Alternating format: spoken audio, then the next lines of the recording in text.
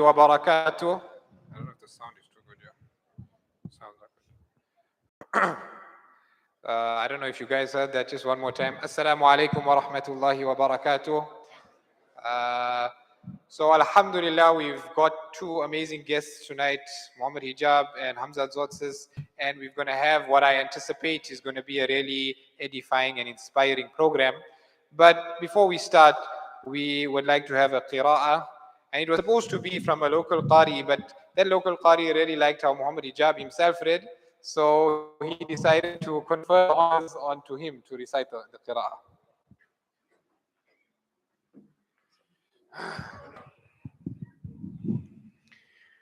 أعوذ بالله من الشيطان الرجيم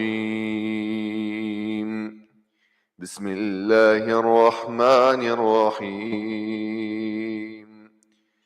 آمن الرسول بما أنزل إليه من ربه والمؤمنون كل آمن بالله وملائكته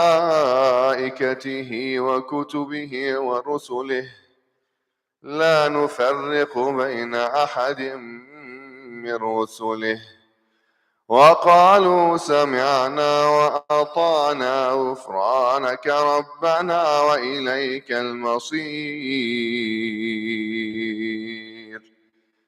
لا يكلف الله نفسا إلا وسعها لها ما كسبت وعليها ما اكتسبت ربنا لا تؤاخذنا إن نسينا أو أخطأنا ربنا ولا تحمل علينا إصرا كما حملته على الذين من قبلنا ربنا ولا تحملنا ما لا طاقة لنا به واعف عنا واغفر لنا وارحمنا أنت مولانا فانصرنا على القوم الكافرين صدق الله العظيم.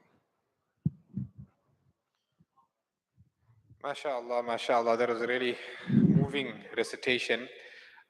Before I go about introducing our two guest speakers, the chairman of the IPCI, Dr. Mohammed Khan, would just like to say a few words of welcome and personally thank all of you and the two guest speakers. Assalamu alaikum wa rahmatullahi wa barakatuh. Bismillahir Rahmanir Rahim. On behalf of IPCI, I have the honor and privilege to welcome our guests all the way from UK.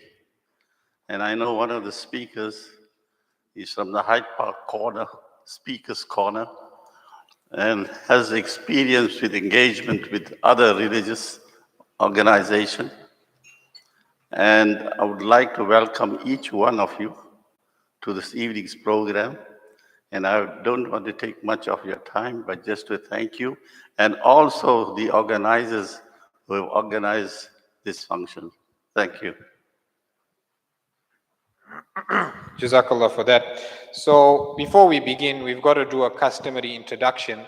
And why I say it's customary, because I think everyone here knows who these two gentlemen are. They are, there's no need for an introduction when it comes to Mohammed Hijab and Hamzah Tzortzis. But just by way of formality, if I had to explain to you the impact that they've had on the world, on the Muslim world at large, I'd say that, from the time of the Sahaba radiallahu anhum, the Muslim Ummah has always faced intellectual attacks, people who wanted to assault and assail the orthodox Islamic position.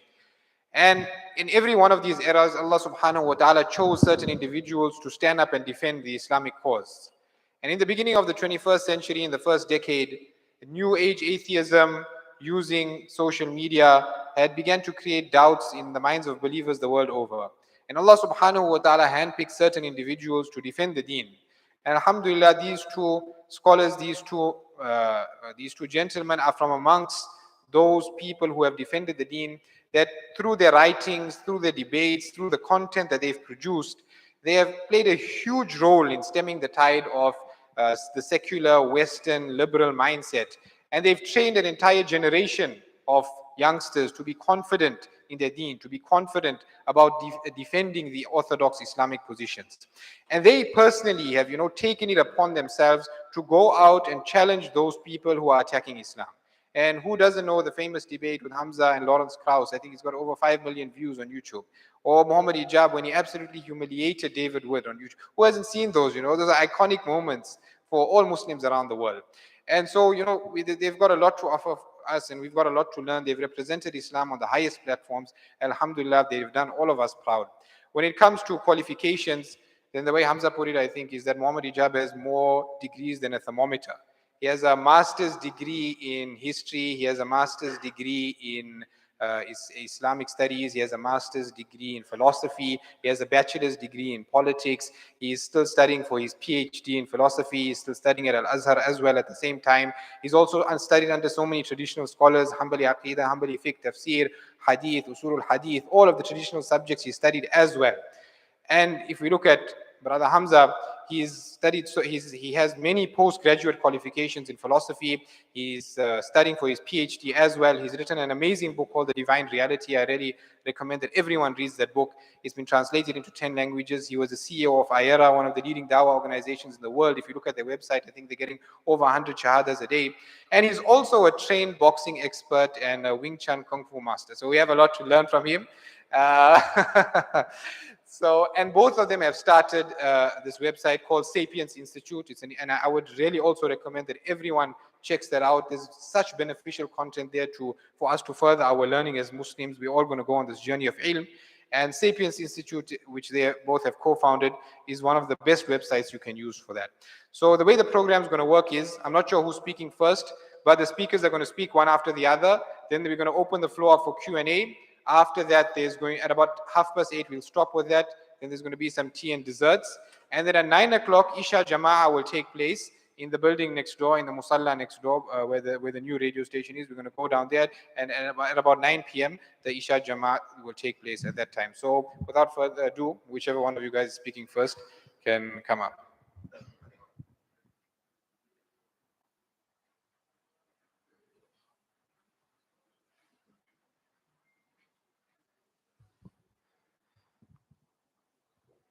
بسم الله الرحمن الرحيم إن الحمد لله والصلاة والسلام على رسول الله السلام عليكم ورحمة الله وبركاته. I'd like to thank IPCI for facilitating such an amazing event, and I'd like to thank every single one of you for participating. And obviously and fundamentally and ultimately, I'd like to thank Allah subhanahu wa ta'ala for making this happen, because it's a very important event. We're going to be talking about liberalism, feminism, and the LGBTQ plus ideology. So my initial presentation is going to be on the LGBTQ plus ideology. It's called Reclaiming the Rainbow. And it is evident, my dear brothers and Mashayikh, that society has waged a full-on attack against the family, against the gender and moral and necessary social hierarchies that have existed for millennia, and obviously are expressed best and optimally through the Islamic tradition. And the weapon that has been used is this ideology. So the main objective, my dear brothers and mashayikh, is to unpack 5 major assumptions of this ideology so it can empower you to understand why it is actually false. But before I get into that, I just want to remind everybody about the ethical position that we take with regards to our ideological enemies.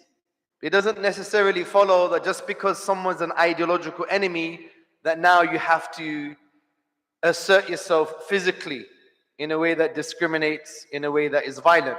And the Quran has these nuanced positions.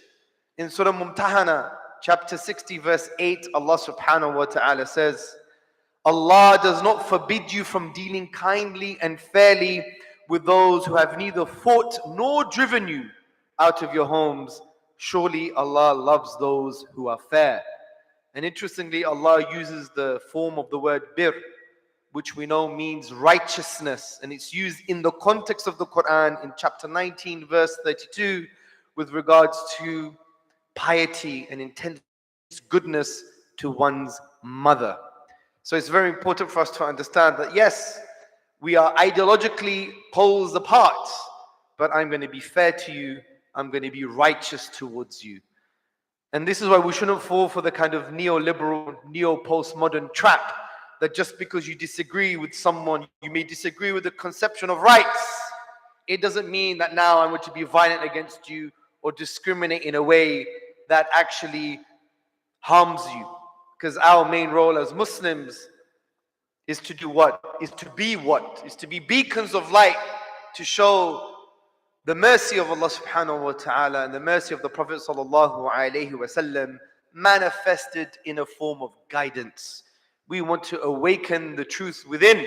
We want people to be guided to the truth so they have an optimal and pure life in this world and they have eternal bliss in the hereafter. Is that clear? So the first thing I want to say is this. Every truth claim has assumptions. Every truth claim. Every postulation, every idea has a set of assumptions. Now, these assumptions can be grounded in truth and they could be coherent, or they could be incoherent and not grounded in any truth. Let me give you an example. The secularist mantra, slogan, church and state must be separate. What are the assumptions behind this? There are a few assumptions, but let's unpack one of them. This essentially argues that God and religion is unable to govern societies. That's the assumption here.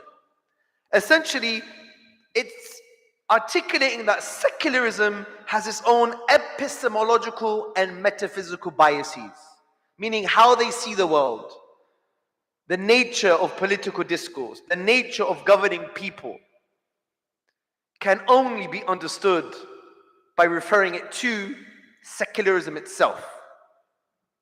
And essentially it's saying that religion, including Islam, does not have the principles, the framework, the moral and legal reasoning to actually govern societies that include people who are described as the other. And this is totally false. Another assumption is that this mantra, secularism itself, assumes the distinct and mutually exclusive categories of the political and the religion. Secularism has this metaphysical narcissism. It projects itself onto reality and is basically saying, I'm going to strip away the political. I'm going to strip away the ability to govern from anything other than myself, which is also false because it assumes that secularism is the only thing able to govern societies with different people, with distinct groups, and religion can only be reduced to the private affairs. And I would argue humbly, I blame our Christian brothers and friends and humanity with regards to this. Render unto Caesar's what is Caesar's, and render unto God's what is God's. Which is basically saying God does not have the ability to guide human beings to govern the affairs of all human beings. What kind of God is this? Limited, contingent, unable. This is not the Islamic tradition. So let's go to the LGBTQ plus assumptions. So the ideology maintains this in a broad sense. Same-sex intercourse and gender fluidity is not immoral and it is a right. Now this claim has a range of assumptions. Assumption number one, human beings ultimately own their own bodies. And I'm going to unpack these assumptions for you.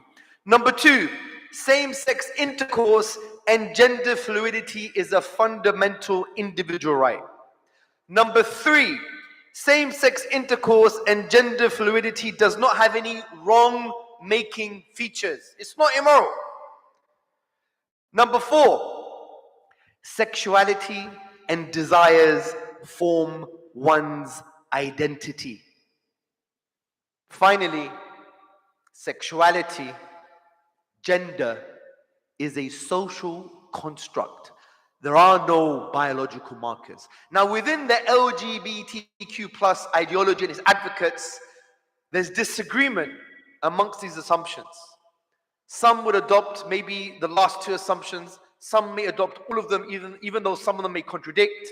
The point is, in the broad school of the LGBTQ plus ideology and its advocates, you're going to find that they follow some of these assumptions, a few of them, if not all of them.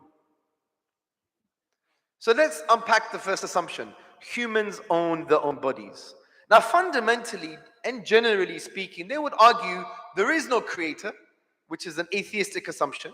Although there are religious people who believe in a creator that adopt this assumption too, but we're going to have a side note for that in a moment, inshallah, God willing. They argue there is no creator, and we don't owe anything to that creator. We're not duty bound. And we live in a materialistic universe, and the human being emerged from a lengthy biological process. We've been reduced to the primordial soup, carbon just rearranged in different ways, electrons just whizzing around, which doesn't give any man any honor, with all due respect. But nevertheless, we haven't been created according to them, and therefore we own our own bodies. It's my body, my choice. You hear that a lot amongst the pro-abortion advocates, which is a slogan. It's a rhetorical trap. And we should basically say, where is your proof for such a claim? Where is your proof? Because our understanding that's based on truth is it's not your body at all. It is fundamentally owned by Allah subhanahu wa ta'ala.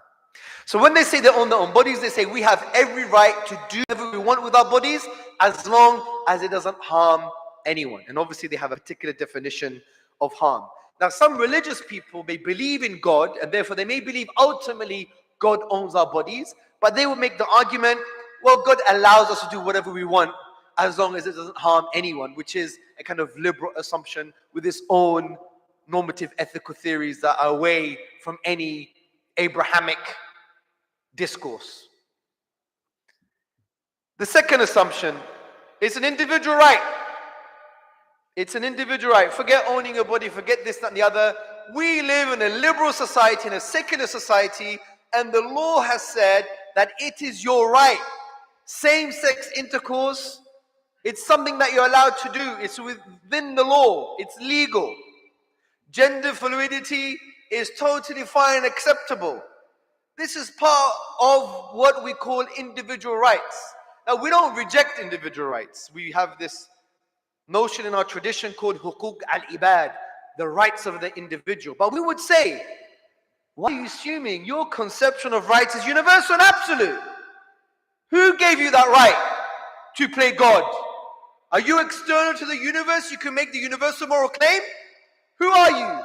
You limited, contingent creature with limited cognitive faculties that has been infected and molested by your own shahawats, your own blameworthy desires. You've made yourself into a god, my friend. Unacceptable. Unacceptable. And therefore what we would say is, well, who has the right to give us our rights? You or Allah subhanahu wa ta'ala? The other assumption is that there are no wrong-making features. It's not wrong to have same-sex intercourse. It's not wrong to have gender fluidity. And we would say, where's your proof? And they would say, well,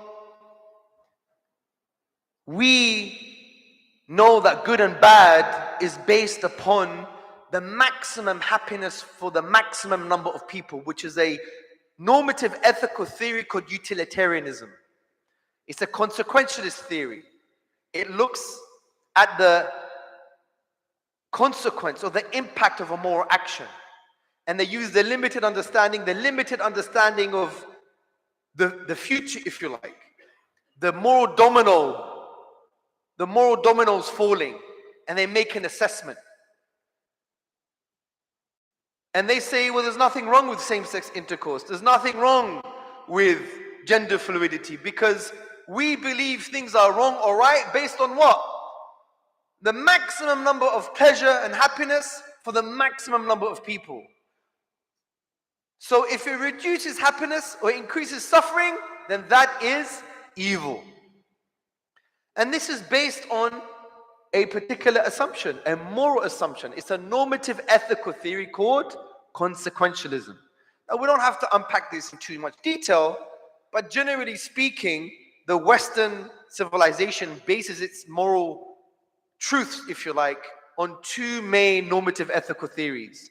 Utilitarianism, the maximum number of happiness for the maximum number of people, the maximum pleasure for the maximum number of people, that's what's good.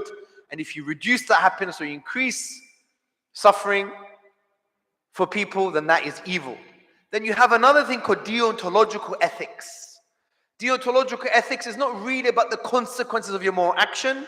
It's using your intellect to form certain criteria to understand moral duties. That we have a duty to do X and we have a duty to do Y, irrespective of the consequences. And we don't need to go too much into this because I'm going to leave this for Mohammed Hijab to unpack. But it's an idea that you need to understand that when they make a moral claim, it's based on a particular moral theory. And in the Western discourse, it's usually utilitarianism or deontological ethics. And one would argue you also have ethical egoism, which is also a consequentialist theory. It talks about the consequences of moral action, but not based on the maximum number of people. It doesn't say maximum pleasure for the maximum number of people. What it says is maximum pleasure for you as an individual. Ethical egoism. But the thing that you need to understand is this. We don't need to unpack this too much philosophically. Just understand when they make a claim that there is nothing immoral about same-sex intercourse, there's nothing immoral about the LGBTQ plus ideology. They're making it difficult for us. And there's nothing wrong with gender fluidity. It's based upon a certain ethical theory. Utilitarianism, maybe ethical egoism, deontological ethics. And we would ask, why do you think those are true?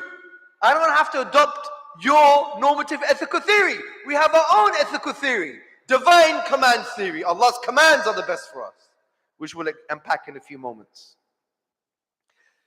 So, the other assumption is, my dear brothers and sisters, sorry, there's no sisters here, I do apologize. My dear, oh, there are sisters. Okay, sorry, I do apologize. I see, mashallah, lowering your gaze.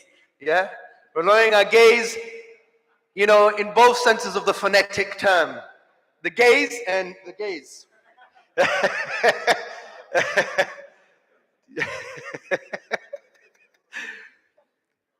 The other assumption is that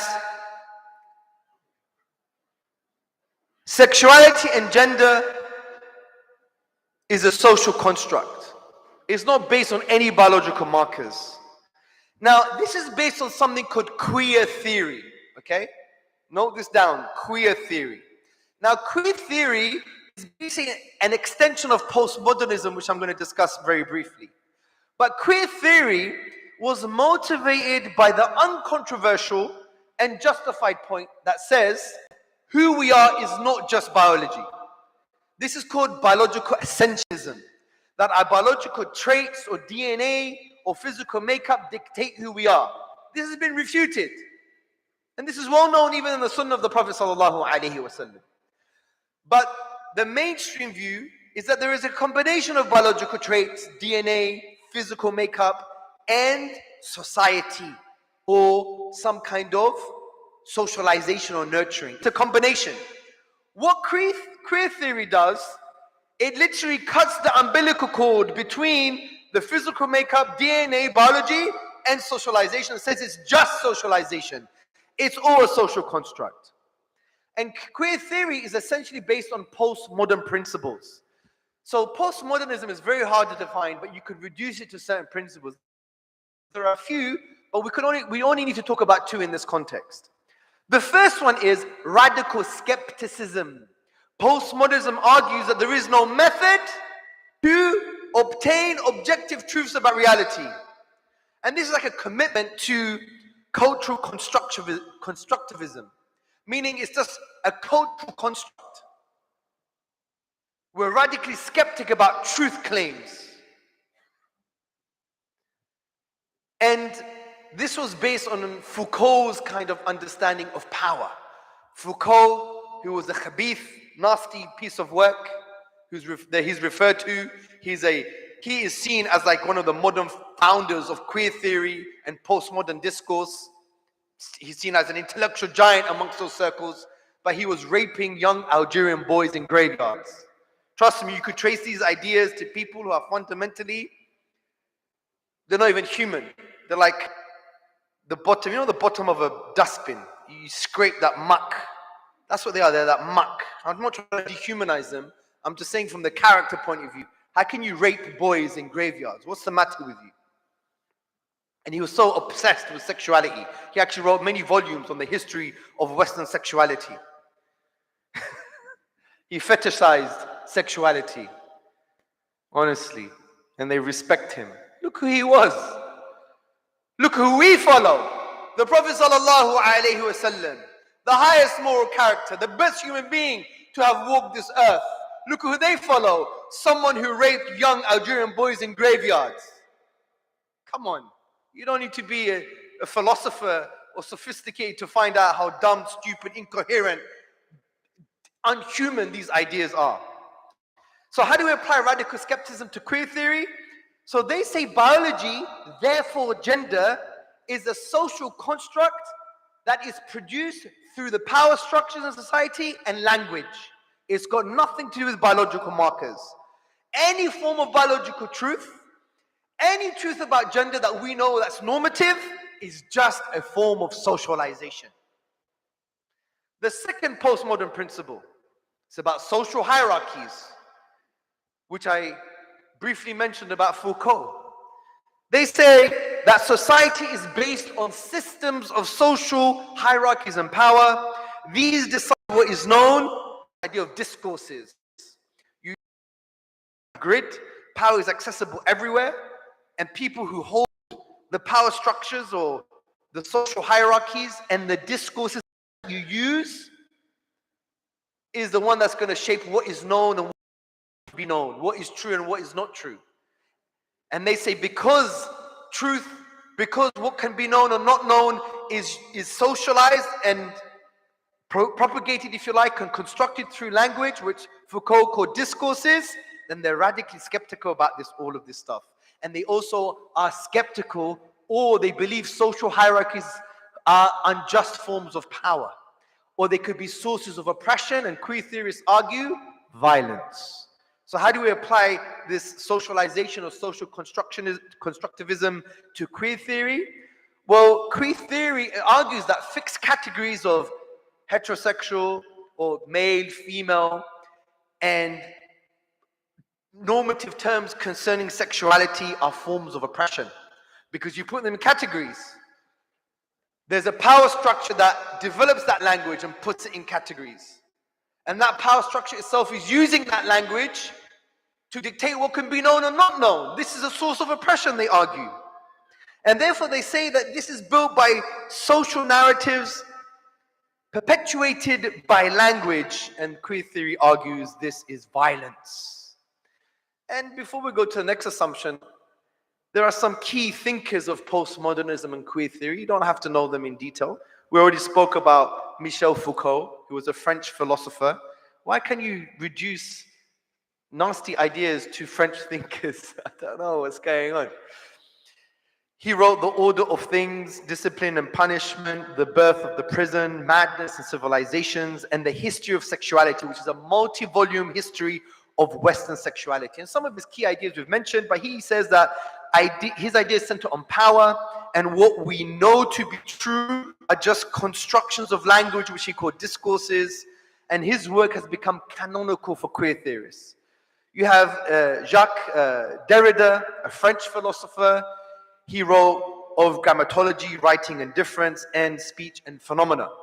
And his ideas are simply this, because a Derridian understanding of language is quite important for postmodernists and queer theorists, because they say that language can be a source of oppression and power, and it's used unjustly. And they also say language, from a Derridian perspective, language doesn't represent reality. Language is just relational. The words you use don't represent reality. They just make sense within themselves. So they say they're inherently biased and oppressive.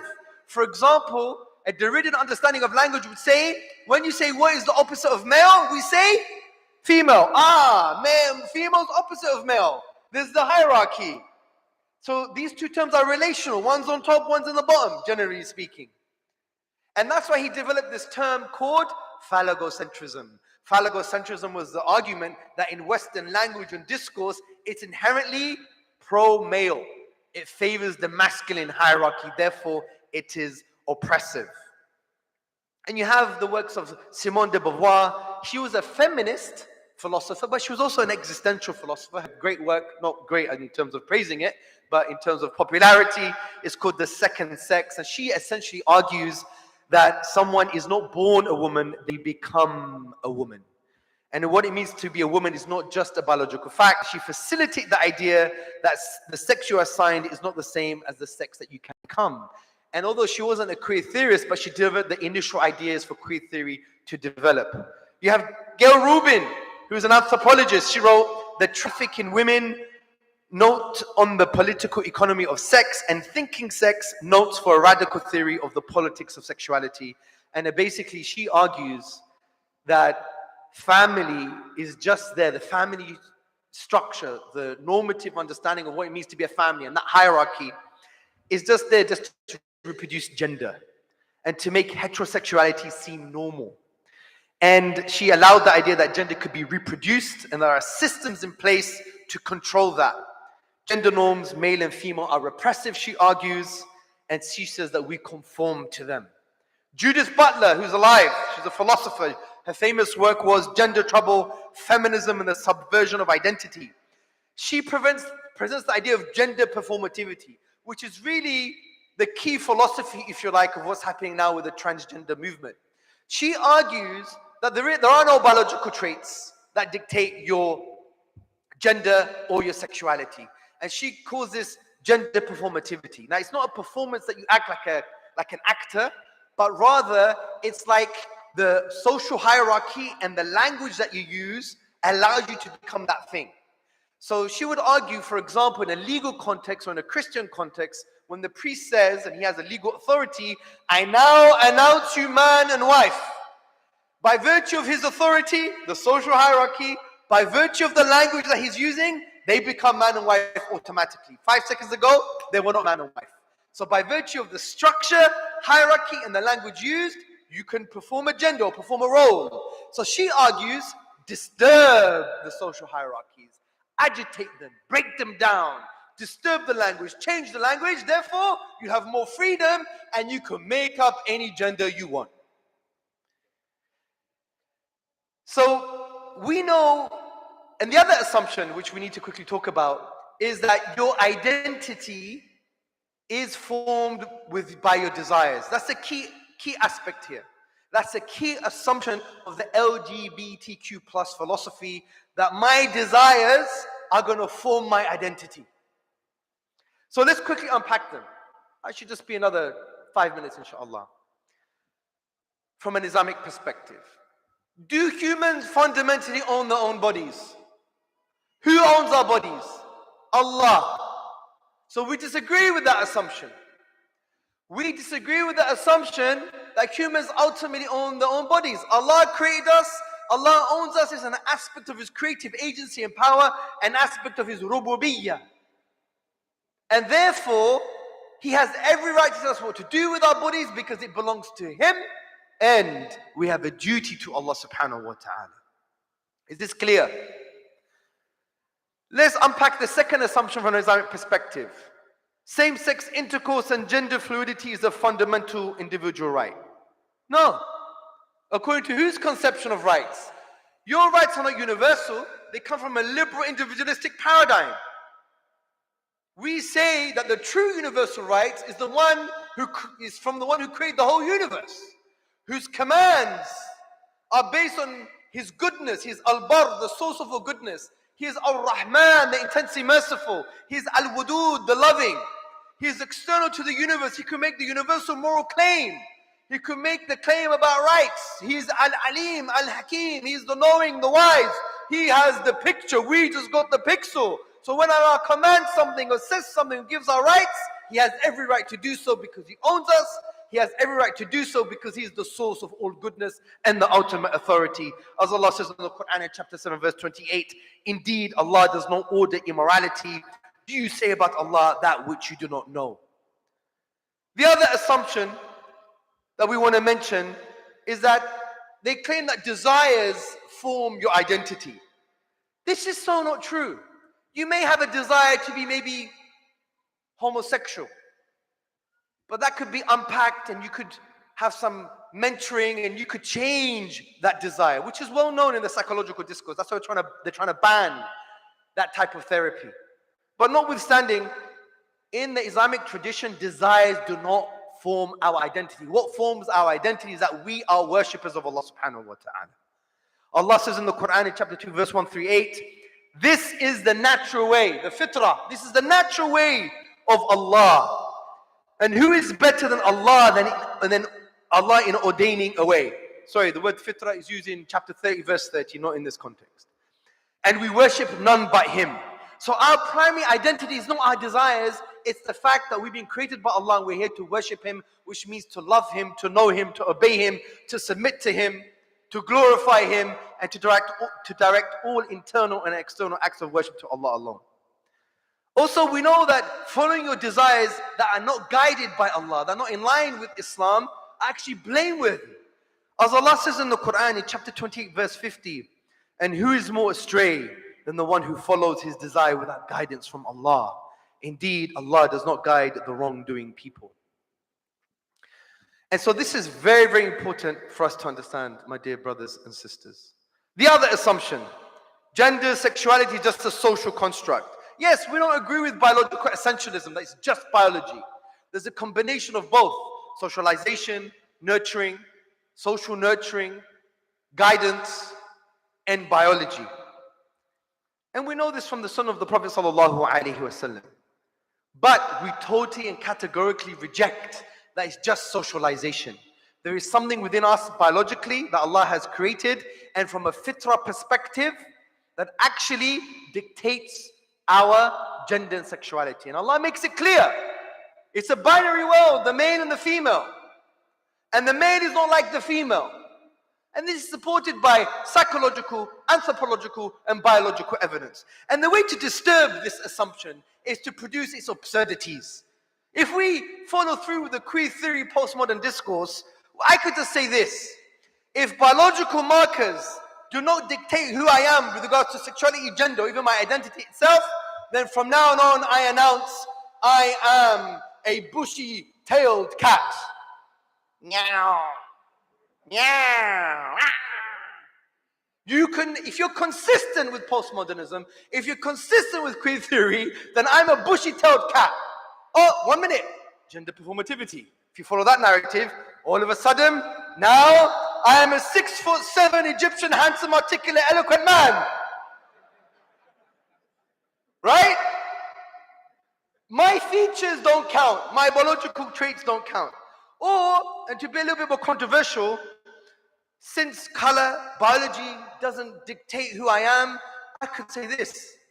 Brothers and sisters and friends, henceforth, I want to be called Sambina. My name is Sambina. I am a black lesbian. I am a black lesbian. I could say that, right? According to their theory, I don't want to offend anyone. I'm trying to show the absurdity of the discourse. What makes it even worse, my dear brothers and sisters, is that they claim that social hierarchy and language are forms of oppression that must be fought and disturbed. They believe oppression, injustice is objective, but they follow the postmodern principle that there is no method to come to an objective truth. That should also include their so-called notion of objective justice and objective oppression. It's a contradiction. Finally, brothers and sisters and friends, they argue that sexual intercourse with the same gender and gender fluidity does not have any wrong-making features. And we would just argue something very simple. Yes, they do. We don't adopt utilitarianism or ethical egoism or deontological ethics. We adopt divine command theory, what Allah and His Messenger have said. And we already explained that Allah can make the universal moral claim. Allah is not limited. His knowledge and wisdom are maximally perfect without any deficiency and flaw. He is the source of all goodness. He is Ar-Rahman, Ar-Rahim. He is Al-Bar. He is Al-Alim. He is Al-Hakim. And when He commands, it's in line with who He is. Therefore, it's always going to be good for us and society from the individual, social and political perspective. Also, Allah has the complete moral picture by virtue of Allah's nature with regards to His names and attributes. Allah has the picture, we got the pixel. He knows everything we don't. He knows the moral consequences of everything. Also, He is the ultimate judge, and we have a duty towards Allah subhanahu wa ta'ala. He is the ultimate authority. He is the source of all goodness. And He is the only being worthy of worship, and part of worship is that we obey Allah. We are duty bound to Allah to obey His commands. Now obviously, and this is a key point for you who want to give dawah, all of this depends on the fact that we believe in Allah and His revelation. So when you show the Islamic take on these assumptions, tell them, and this is true because the Quran, the Sunnah, Allah's existence, His oneness, revelation, and prophethood are true. And what they say about these things are also true because they come from the ultimate authority. Now, they would respond to us and say, well, there is a dilemma here, you threefold dilemma. Why are you obeying divine commands? It doesn't make any sense. Like recently in the debate that we had in Johannesburg, this Oppenheimer, who basically was intellectually nuclear bombed by this beloved gentleman. And I had a little bit of sprinkling as well. I supported that, I facilitated that to some degree.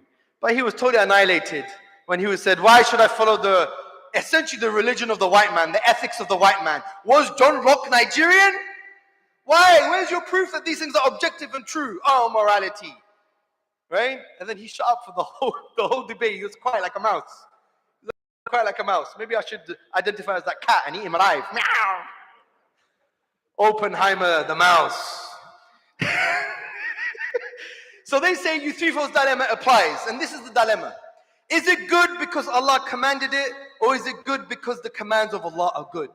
Now, if it's good because Allah commanded it, then they say it's arbitrary. Allah could command for you to kill everyone over the age of 60, and therefore it would be morally good. So it doesn't work.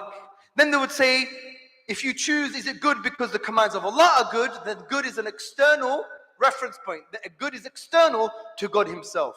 We reject this. It's a false dilemma. It's pathetic. Originally, this dilemma, Yusuf's dilemma, was about polytheism anyway. Why is it a false dilemma? Because we accept the first horn, which is it's good because Allah commanded it, but we reject the assumption. We reject the assumption that Allah's commands are dislocated away from His nature. Because we could deal with it in the following way, which is an argument that came from Shah Wali Allah al-Dahlawi in his conclusive argument for God's existence. And basically, I'm just summarizing in a modern context. And the argument is as follows. Allah's commands manifested in the Islamic moral and legal principles and theory addresses the moral needs of human beings on a personal, social, and political level. The commands of Allah are like a key that perfectly fit into a lock that opens the door to the functioning and well-being for individuals and society.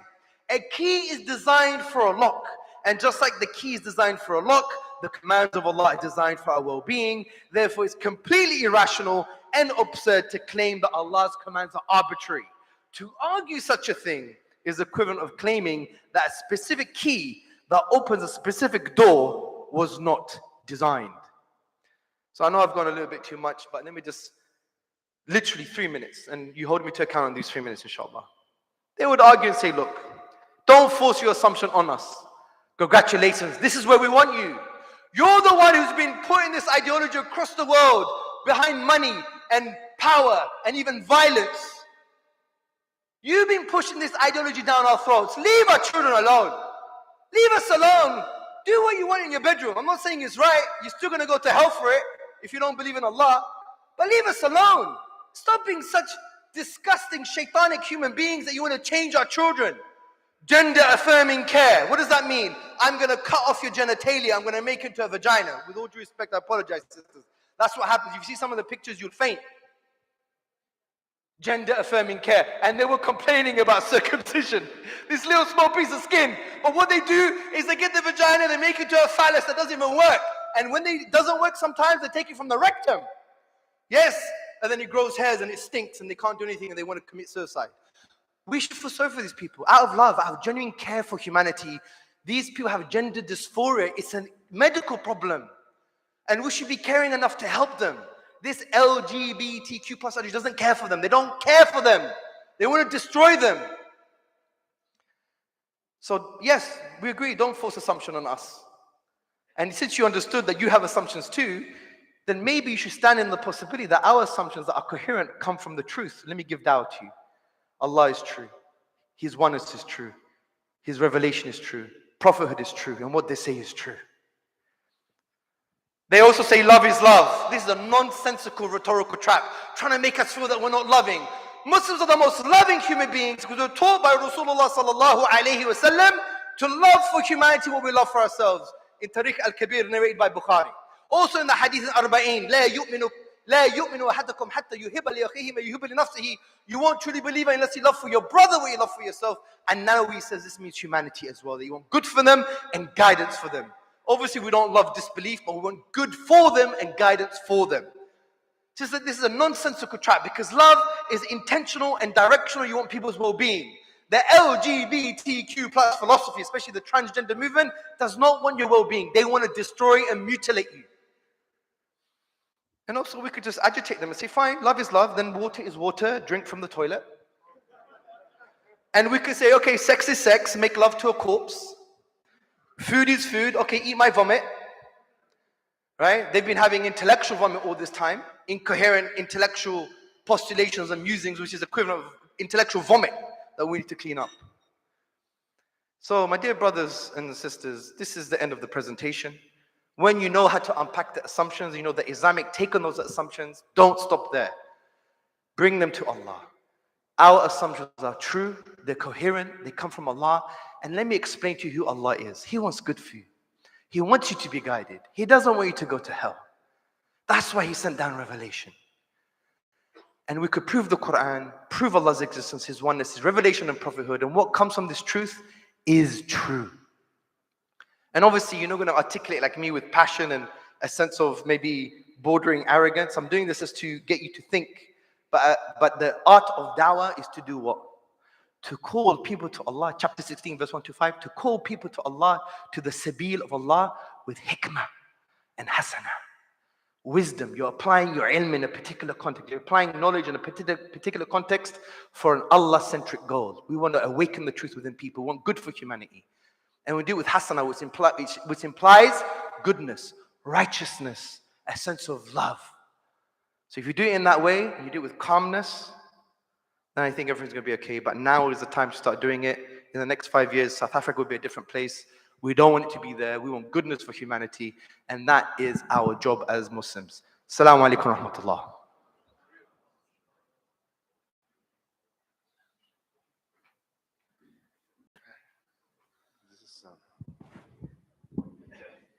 I think I'm going to take this off. Is it possible I can take this off?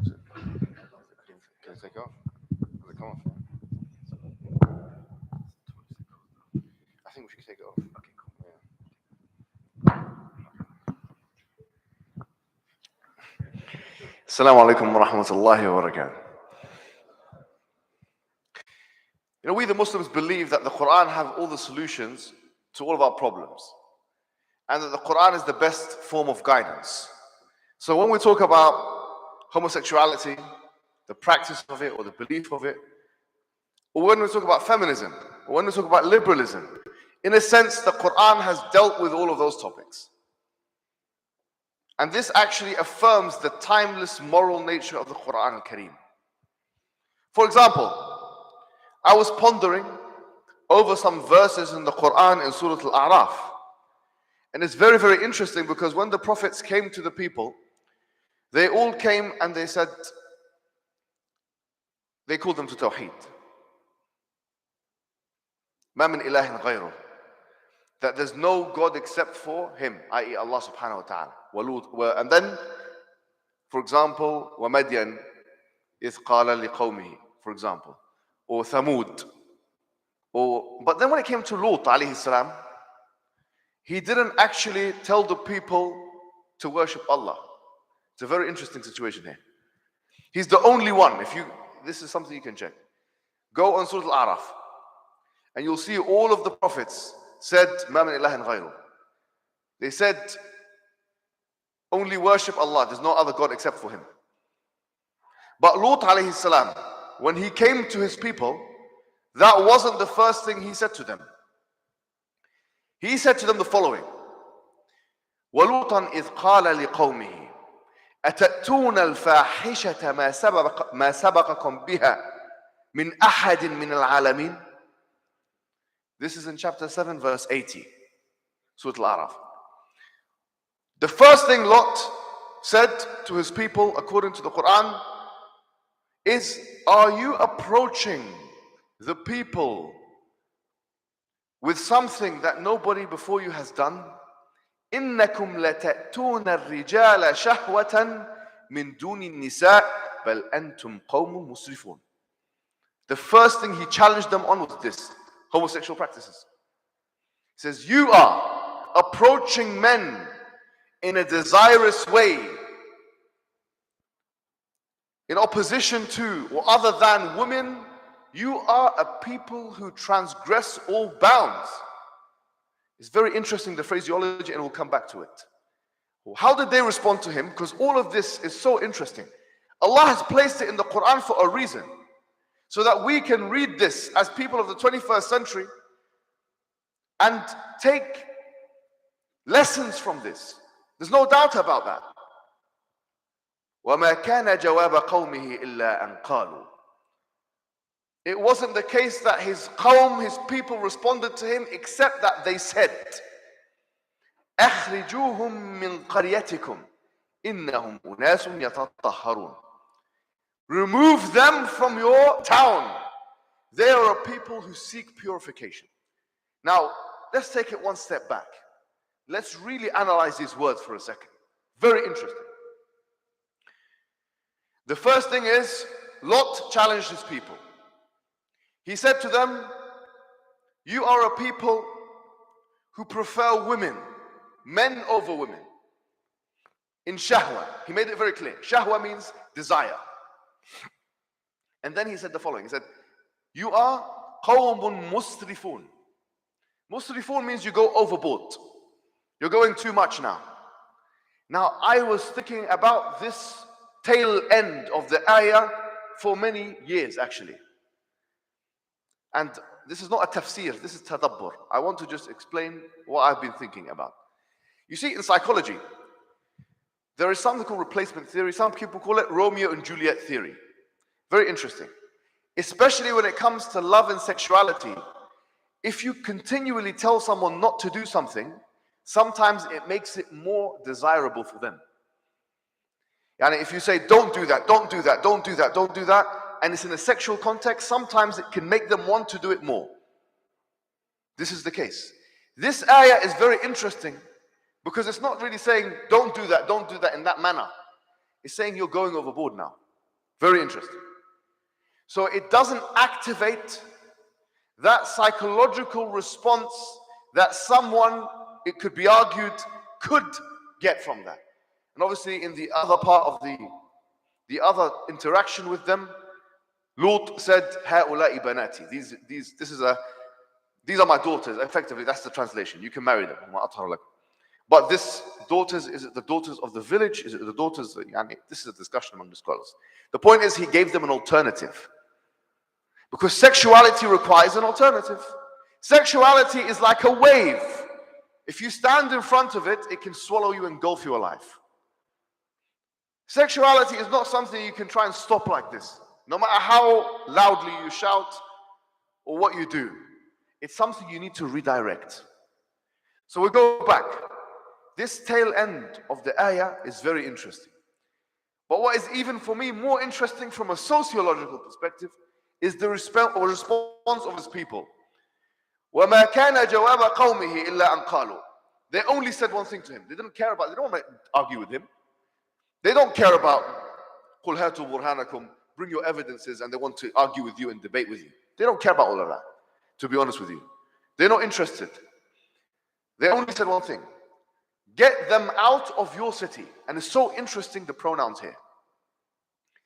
Get them out of your town. But aren't they all living in the same town? If you want to put it in modern parlance, aren't they all citizens of the same country? Get them out of your country. Because these ones, they want to purify themselves, which indicates they're not interested in purification, effectively. They don't care about purifying themselves, these particular ones. In the Quran, they don't care about purifying themselves. That is, it shows you why he didn't start with Tawheed with them. Because they were fundamentally insincere. He had to break the idol. He had to make sure La ilaha was there before he could put illallah. That they were so entrenched into their own desires that it was clouding any kind of rational discussion. They were not interested in discussion. They were not interested in truth. So if he had said to them, believe in Allah, this would have been too much of an obstacle. So my pondering over the verse is perhaps their desires were so strong that they needed to be deconstructed first. And the response is, get them out of your country.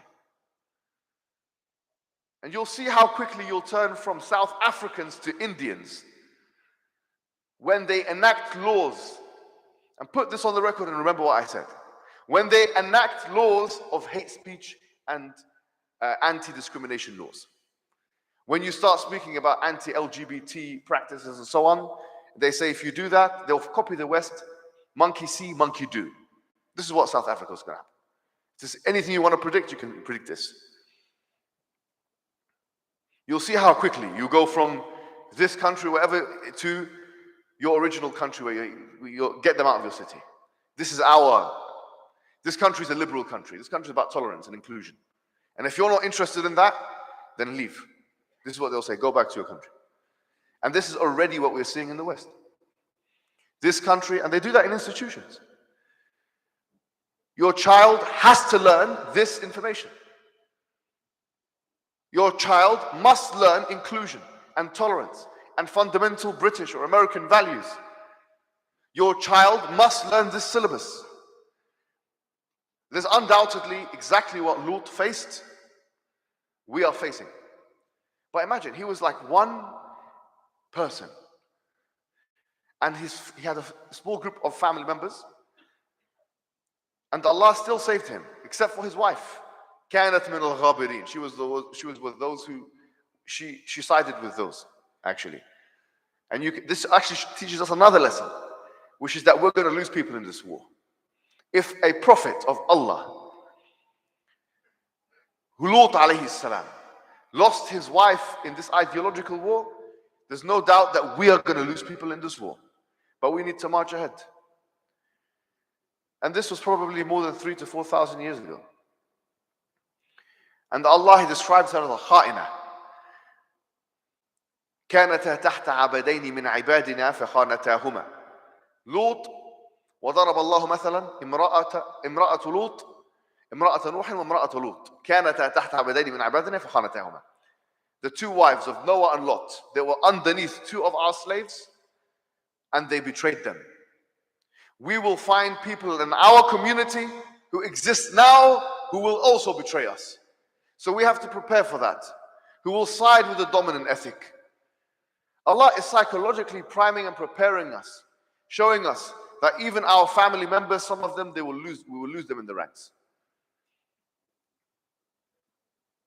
Everything is perfect in the Quran. It's telling us exactly what to do in this situation. The guidance is there.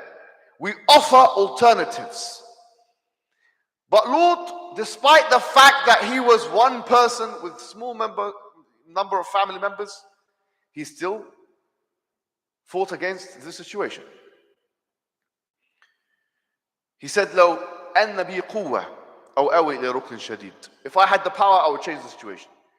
Now we are finding people, Muslim people in leadership positions who do not have the fortitude and do not have the strength, and they should be removed from their leadership position, who effectively accept or acquiesce or be quiet to the fact of this immorality. All over the West we have seen it, and they have been exposed. Some of them big figures, and it took years and years to be stern in speech about this practice, in the same way like Lut was, which is a huge humiliation for them, and they've lost all of their credibility. Lut alayhi salam and the prophets of Allah have given us the answers. The answer is, you're going to give dawah. And the dawah with homosexuality starts with the discussion of the elephant in the room. We're going to start with your homosexuality. We're going to start with this. That's how we're going to start this dawah with homosexuality. With homosexuals. That's how I start with it. I don't start with Tawheed. This is the only group, because the Quran kind of taught me this. And if we can, because this will be too big an objection for them. It's too big, we have to deal with it first. And we will ask them the following: how can you prove your position? The Quran, in no less than 3 different places, asks a rhetorical question, or asks a normal question, which is, قُلْ هَاتُوا بُرْهَانَكُمْ إِن كُنْتُمْ صَادِقِينَ. It's actually a proposition. Bring your evidences if you are truthful. What is the argument of the homosexual? The argument of the homosexual is that we're not doing anything wrong. Because you can do whatever you like, really, so long as you're not harming anybody else. This comes from a liberal ethic. You can do whatever you like so long as you're not harming anyone else. It's called the harm principle. This is what they say. So we asked them, I mean, is this really the case? Because last time I saw it was LGBTQ. I didn't find it LGBTQI for incest. Because incest you can do, why not? A brother and another brother. 2 gay brothers, how about that? I'm not even going to say sister. So do you discriminate against those gays?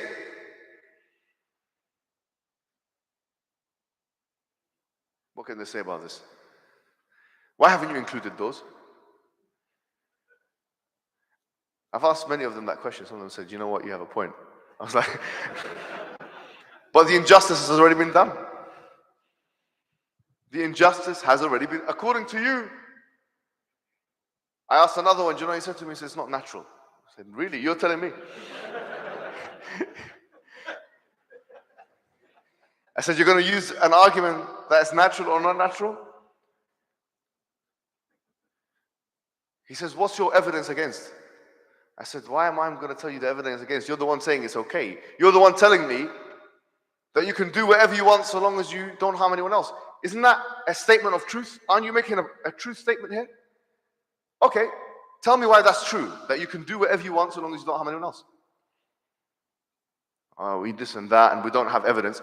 And John Stuart Mill had an entire book, who was the father of social liberalism. He had a whole book trying to prove what he called the harm principle, and he failed miserably. He says, you hear things because you hear them. You see things because you see them, and you desire things because you desire them. It's a circular argument. It had no veracity whatsoever. It was humiliating. Even other philosophers rejected it. But for the sake of argument, let's go with it.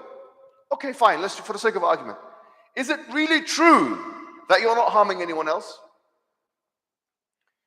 Because last time I checked, a homosexual person was anything between 10 to 20 times more likely to carry sexually transmitted diseases. And sexually transmitted diseases can be spread in more than one way. Not just sex. It can be done through blood or saliva or this or that. I'm not talking just about AIDS. Although even that is 10 to 20 times more. So you're affecting everyone by doing this, actually. You're spreading diseases. You are effectively spreading, you're exacerbating the spread of sexually transmitted diseases. Someone will say, you know, in the Quran it states, فَأَمْطَرْنَا عَلَيْهِمْ مَطَرًا. That particular Sodom and Gomorrah, or whatever you want to call them, in the people of Lut in the Quran, Qawm Lut, that there was a punishment afflicted upon them, and it wasn't just homosexuality.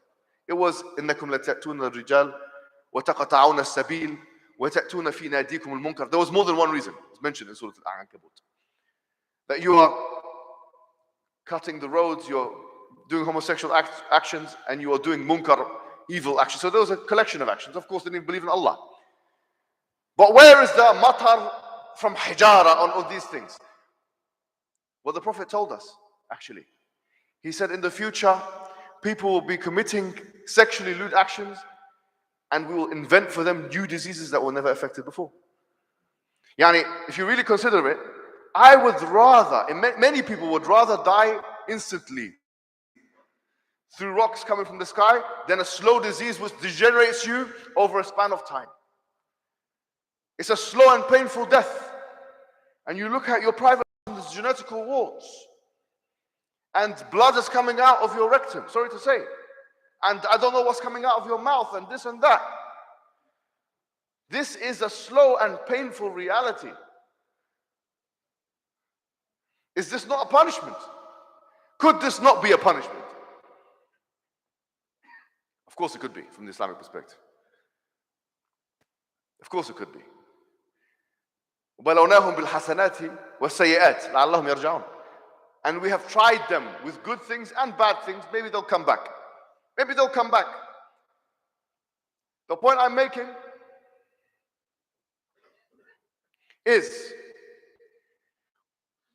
even if we go with the harm principle, that you can do whatever you want so long as you don't harm anyone else. There is no guarantee that you're not going to harm anyone else. In fact, there's more of a chance on probability that you will harm somebody else. But is that the only harm? We know there are other forms of harm. We know that families with two partners, with almost all the studies that have done on this, families with two partners are more likely to, the children in that family are more likely to what? To be delinquent, to have a lower educational attainment. They are more likely to be criminal. They are more likely to have psychological pathology. Do you know what's really interesting? When you have two women and they are the two so-called mothers, somehow, I don't know how, but let's just say they are the two so-called mothers and they're in a relationship. Domestic violence, according to their statistics, is highest or very, very high in this category of lesbianism. Why? Because the power balance has been disturbed. I mean, I'm sure many, put your hands up if you're married. There's many married people. I'm married as well, and I've had my disagreements with my wife in my time. I've been married for 11 years. But I don't recall the last time my wife, out of anger and frustration, challenged me to a fight.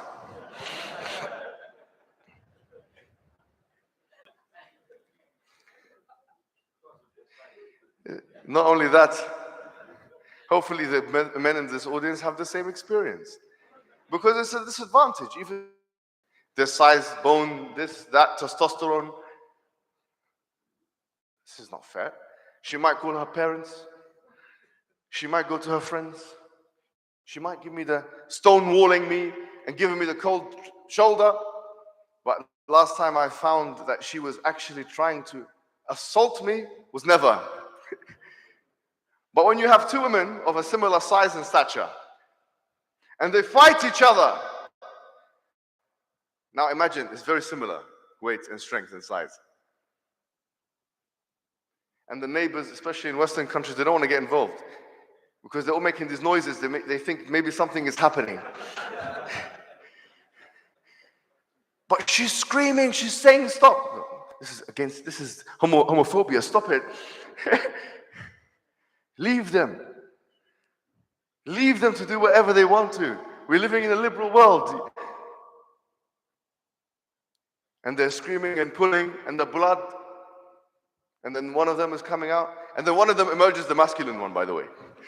The one who wins the fight.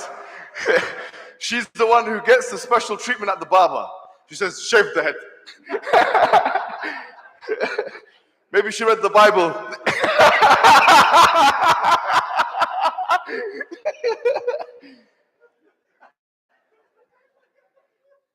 Maybe she saw Ahmed did that, say, Paul is telling you. He said, okay, Paul, take it off. Take it off, Paul. And she comes and she's walking. Have you not seen? This is the situation. So don't tell me it doesn't create harm. It creates all kinds of harm, my friend. Even as small as an example, as if you have two men, where's the breast milk going to come from? Unless they go that far. In which case, this is a new thing, which we could talk about. LGBTQ, which we all know what the P stands for. You don't know what the P stands for? You do, don't you? And they accuse our Prophet.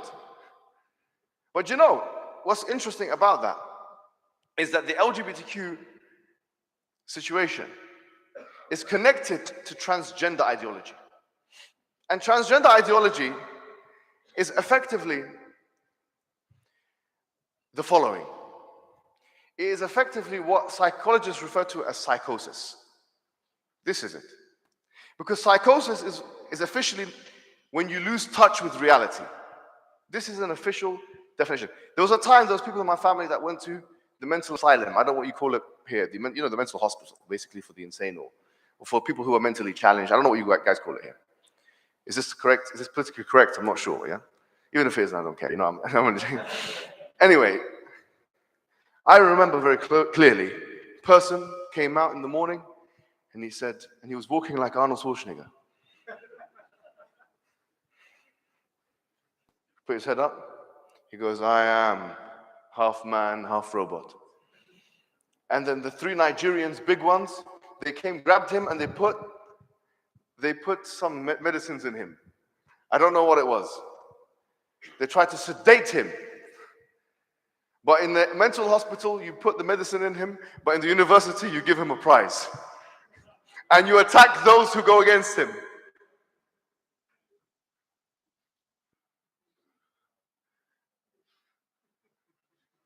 I don't understand it. I think that there's going to be a time in history, just like now the Western white man, he looks at the ancient Greeks, he looks at Athens, Athena, Zeus, Hercules. He says, look at these people, they used to believe in Zeus and Hercules and these ones. He says, look at these fictions that they used to believe in. But I am proposing that Hercules is more real than the proposition that an XY chromosome is XY. Because at least in the case of the former, you cannot really falsify the existence of Hercules. Because it's not empirically, you cannot put Hercules under a microscope, he's a fake figure. But you can easily falsify the idea that X is XY and XY is X. 100 years from now, the whites will be making fun of these whites here with this transgender ideology. Barry and John are gonna have a discussion. He's gonna say, 100 years ago, these guys used to say that, the XX used to say the XY and the male used to say the female. I mean, look at these stupid people. What kind of myth did they believe in? The anti-science community. That's what it's talking about. Anti-science community. And the truth of the matter is, if you push this forward, think of what the implications of this is. This has serious implications. If you're saying that biology doesn't matter effectively, like you can invent your own, you can invent your own pronoun, or you can say whatever you like. Then, let's say in the South African context, 29 years ago, there was apartheid, yes? It's unbelievable, really, 29 years ago, in effectively a country that is influenced by the West, there's apartheid. Shocking, racism and all this. But according to the transgender ideology, just like sex is a social construct, so too then must be race a social construct. Then if race is a social construct, guess what? So is racism. So you can see how this can lead to a new racism. You'll see a black guy, or let's say a white guy, say he's black.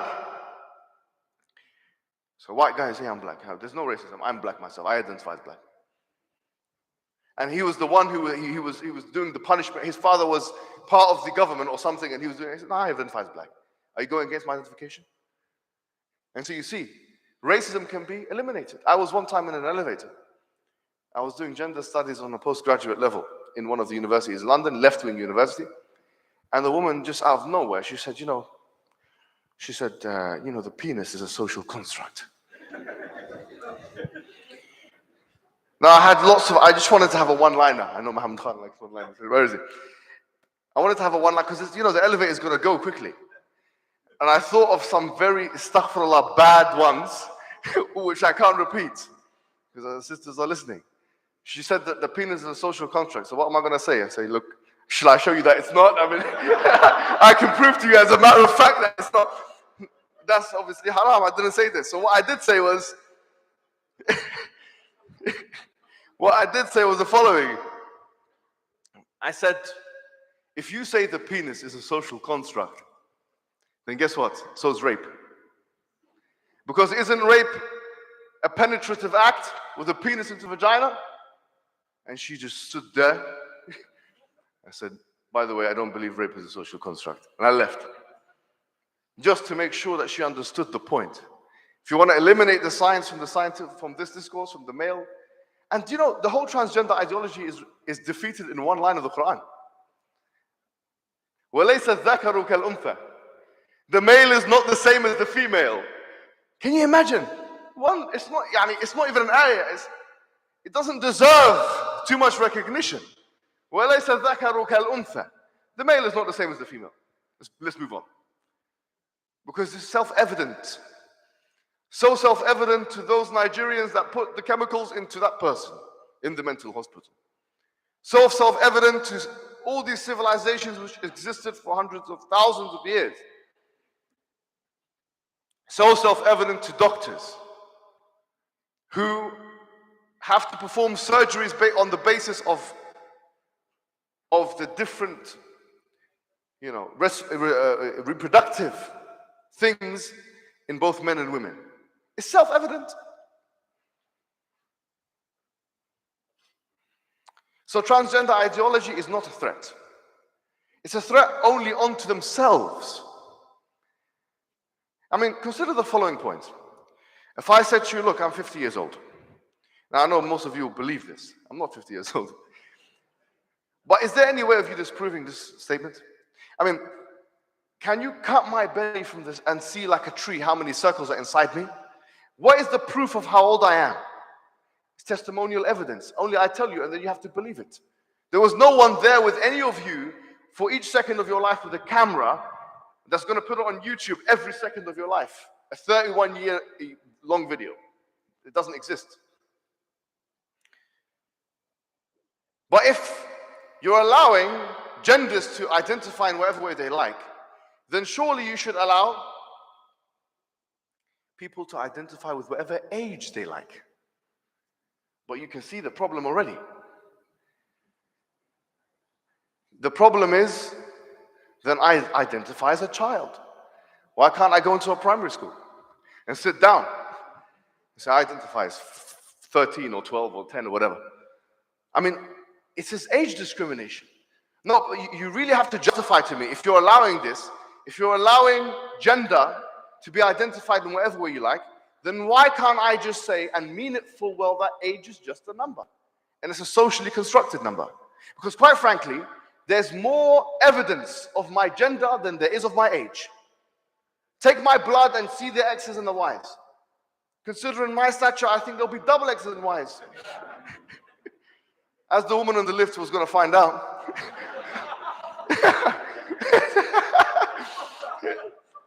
She wasn't Muslim. So I'd have to convert her first. And by the way, I didn't want to anyway. Just in case she's watching this.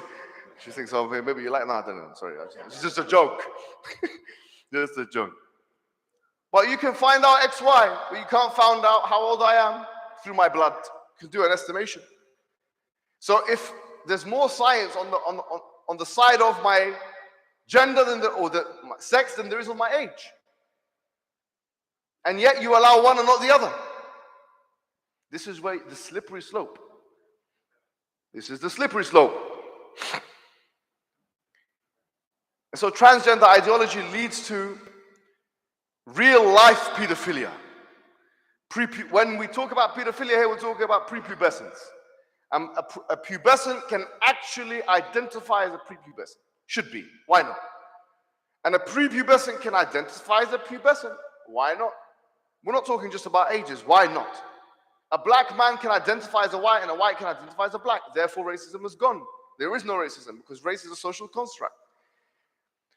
To defeat the transgender ideology, it is not necessarily by using facts. It's by showing the logical absurdities that come about by the implications, the practical implications of believing what they believe, and how it's an affront to what they believe elsewhere through liberalism and human rights. It is an affront to their own version of human rights, not just to our religion. Which leaves us with feminism. We leave the least for last. So they say last but not least. But I say least and least. Least and last, which is feminism. And the Quran deals with feminism, just like it deals with liberalism. In so much as the Quran says about liberalism, not obviously the official ideology, but its assumption, which is referred to as the hedonistic principle. أَفَرَأَيْتَ مَنِ اتَّخَذَ إِلَهَهُ هَوَاهُ. Have you seen the one who has taken his own desires as God?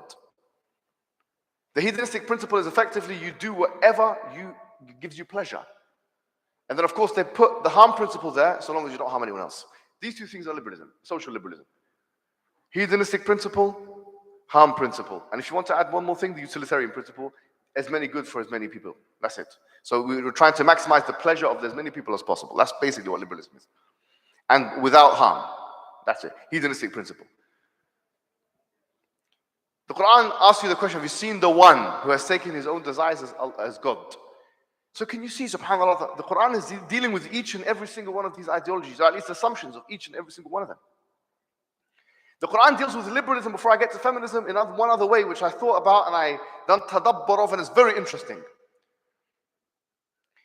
The following. Allah has created the universe, right? He's created the universe with an incredible itqan, precision. Now someone will say how? Say, look, the universe is finely tuned in some way. You don't want to believe that? Fine. It's regular, it's stable, it is uniform, and it allows life to exist. You cannot deny this. Allah says, وَلَوْ اتَّبَعَ الْحَقَّ أَهْوَاءَهُمْ لَفَسَدَتِ السَّمَاوَاتِ وَالْأَرْضُ وَمَنْ فِيهِنْ. In Surah Al-Mu'minun, chapter 23. That if the truth had followed their desires, everything in the universe would have been destroyed. Meaning what? Meaning the truth must be based on consistent measures. The truth must be based on consistent measures. For example, this building that we are in right now. The architect that engineered or drew the initial plans for this building had to use mathematics. You cannot be an architect without being good at maths. You cannot be an engineer without being good at mathematics, but at least know it. And many engineers are in this room and they know what I'm talking about. So you have to have precise, symmetrical, this and that, whatever, calculations. If it's not in place, then what would happen is that this ceiling would be destroy us all. It would be crumbled underneath it. Like a house of cards, it would just fall down. Like a house of cards. Or like dominoes. Allah is telling us the universe is done with precision. You can see it, you're living in it. هل ترى من فطور? Do you see any gaps in it? He's asking us questions. Allah is asking us. And then he said that if the universe had been, or if the truth had been connected to their desires, which is volatile. One day they're happy, one day they're sad, one day they're angry, one day they're this, one day they're that. The whole universe would have been destroyed. Meaning what? Liberalism itself, it's a volatile measure and it doesn't have any truth value inside of it. The idea of the hedonistic principle, following your own desires, is uncertain and inconsistent. And had the universe been based on that, no one would be alive. It's a very interesting argument. It's showing you the importance of truth to a people who don't care about it. Like we just shown with the LGBT thing, with Lut. They didn't care. They said, أخرجوهم من قريتكم. Bring them out. They didn't want to debate with him. They didn't care about the truth. We're saying there's a bigger elephant in the room. The elephant is you don't care about truth. But had you not cared about truth, and the universe had been based on falsehood, if the universe or the proportions and the constituents and the dimensions of the universe been based on a false, inconsistent and volatile measure, the universe itself would have imploded upon itself. And are you not benefiting from the universe? Are you not breathing the air of the universe? Are you not drinking the water from the universe? Are you not pleasuring yourselves in this universe? So you benefit from a consistent truth. But you ditch it when it comes to morality. This is a double standard. Very interesting. Very interesting. It shows you the importance of truth. And it shows you the psychology of a people who don't care about it. Can you see how deep the Quran is doing mu'alaja, diagnosis of these issues of the current day? If you just think of it with care. If you just think about the Quran with care, how it just completely diagnoses what's going on. These people don't care about truth. And this is the implication of them not caring about truth. Had the universe proportions been based on their falsehood, then the universe would have been closer. That's why Allah says in the Quran, to Al-Imran, مَا خَلَقَتَ هَذَا بَاطِلًا. You haven't created this universe, heavens and the earth, in falsehood. He created it in truth. Had He created it in falsehood, we wouldn't be able to observe it. They don't care about truth. And with feminism, there's something deeper. And it's very interesting because with these things, we find two things out. How pragmatically the ideologies don't work. How epistemologically they don't contain any truth. And how psychologically people think, or people with these ideologies think. In the case of feminism, it's perfectly captured. In Surah Al-Nisa. وَلَا تَتَمَنَّوْا. Allah says this. Very beautiful. Very amazing. Think about it with care. Because people, sometimes we're all comparative creatures. We all compare. Social creatures compare. Allah is saying, وَلَا تَتَمَنَّوْا مَا فَضَّلَ اللَّهُ بِهِ بَعْضُكُمْ عَلَى بَعْضٍ لِلرِّجَالِ نَصِيبٌ مِمَّا اكْتَسَبُوا وَلِلنِّسَاءِ نَصِيبٌ مِمَّا اكْتَسَبْنَ وَاسْأَلُوا اللَّهَ مِنْ فَضْلِهِ. This is so amazing and beautiful. It captures the whole feminist psyche. And it's interesting because the verses before it was about inheritance. But it says general verses and it's giving general advice. As the scholars say, Al-Ibratu bi'amum al-lafz la bi khusus sabab. This is generic verses. And there are generic alfaz, which means phrases, which says the following. Do not wish what the other one has. To a man is a portion of what he has earned. And for a woman is a portion of what she has earned, and ask Allah from His bounty. The fact of the matter is, feminism couldn't exist if resentment and embitterment and blaming others didn't exist. Deflection. Feminism is perfect for a resentful person that wants to blame another person for why things are going wrong in their life. You want to blame other people? Say, why does he get to have this and not me? Why does he get to have a career and I'm staying home with the kids? Why does he get to say the final word and I'm the one who has to follow what he has to say? Why does the brother have double what the sister has in inheritance? Why can the man just say taliq, one word, and the whole relationship ceases? And the woman has to go through a formal procedure if she wants to do it from herself. Why can the man marry 4 wives and the woman cannot marry 4 husbands? Why isn't it just 1 and 1? Why? You see how many times they ask why? As if we are the interrogated and they are the interrogator. as if we are the defendant and they are the judge. They're not our judge. They're not fit to be our judge. Because the same basic question before we ask why, is one. How can you prove that despite physical, psychological, anatomical, physiological, and psychological differences between men and women, that everything should be the same?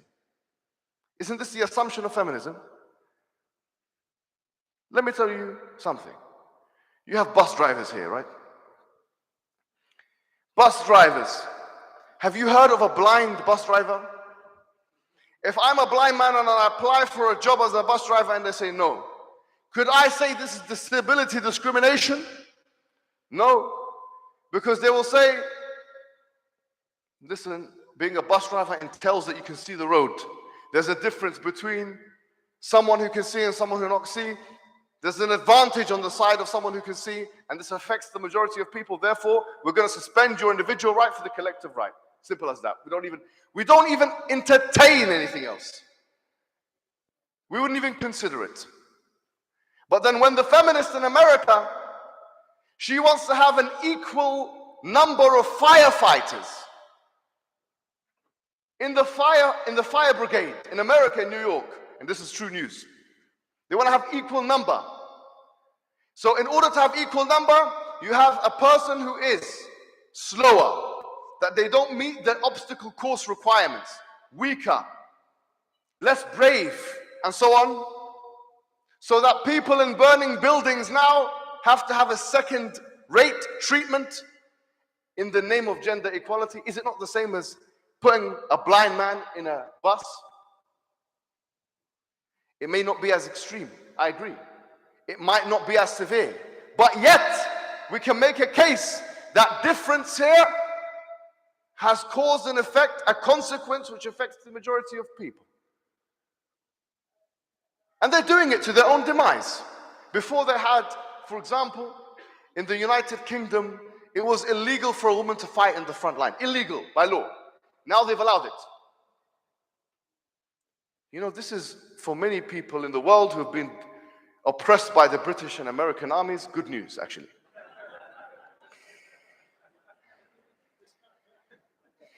I was telling one of my friends, I was speaking to some people, and one of the guys were Iraqi, okay, from Iraq. And I was explaining these things, and I saw a smirk on his face, and I realized why he's smirking. Because the truth of the matter is this: consider the following. The combination of feminism, transgender ideology, and liberalism, it's actually destroying the military capabilities of the Western world. China and Russia and Iran or whatever other country are unlikely to defeat the Western empires. The most likely candidate for the destruction of the Western civilization is the Western civilization itself. Consider the following. If you are told you have a fight tomorrow, okay? Sorry to say, you're going to have to fight in the courtyard. It's a one-on-one fight. You're going to get nervous. Everyone's going to get, I would get nervous as well. I know it's hard to believe. Everyone would get nervous. Even Mike Tyson used to get nervous.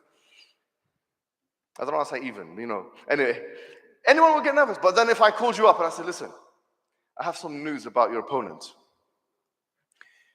He has decided to remove his genitalia. He has done SRS. He has done SRS surgery. He has done SRS surgery. He removed his genitalia. What would that do? Would that fill you up with confidence or fear? Surely it would fill you up with confidence. He's removed his genitalia. He has less testosterone. He's probably in pain. His muscle density has probably gone down dramatically.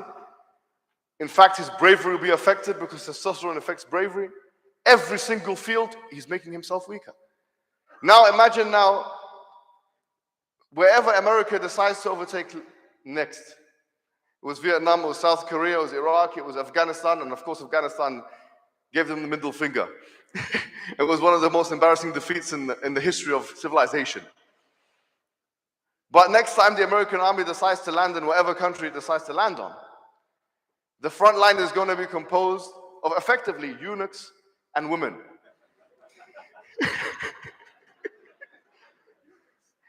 You're mixing women.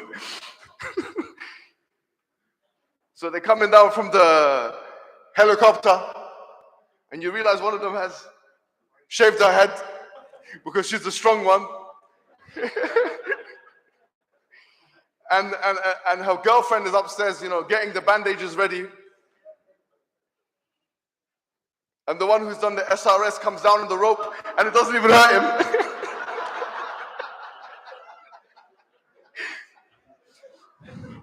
And they come with their guns. We're ready now. It's takeover time. We're going to take you over. I'm not sure if you've ever seen the difference between the Russian army. There's an advert online, okay, which compares the American army with the Russian army. And the American army military advertisement starts with a lesbian person. Honestly, the rainbow flag, and I was always this, and inclusivity and all that. And then they juxtaposed it with the Russian. Men shooting this and that. Anyone Russian will be looking at this and saying, we've got it, we're gonna finish them. They're doing wrestling and this and that, and fighting the bears and all these kind of things, and this one's like cutting their own thing. And this one's becoming a woman, come in the army. I can do it if you can do it. Unbelievable. So it's a double-edged sword, actually. The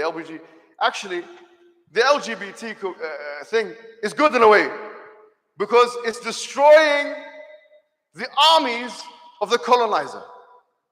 It's weakening them. So long as we're not affected, they say, Robert Greene, many people have said this, in fact, even Sun Tzu, do not disturb your enemy when he's making a mistake. Look, if there was no Muslim communities in the West, if the West didn't have the hegemony, I would just say, shut your mouth, just leave them. Please. I might even wear rainbow flags.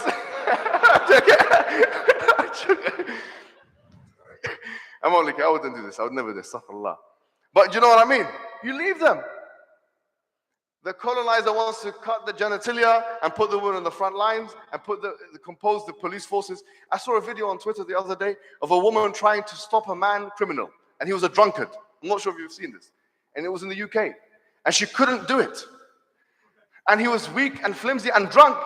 Like if someone just done that, he would have fallen on the floor. And she was trying her best and whatever. And this is not the place for you, sorry to say. This is not the place for you. I was walking in my area in West London in England, and I saw a female officer. And she actually tried to stop me and speak to me. I said to her, listen, you on a £38,000 salary, yeah, sterling. I know and you know you wouldn't risk your life for what they're doing in there. If a man brought out a Rambo knife and tried to stab another man, would you actually risk your life? She looked at me and she knew, and I knew what the answer to that question was.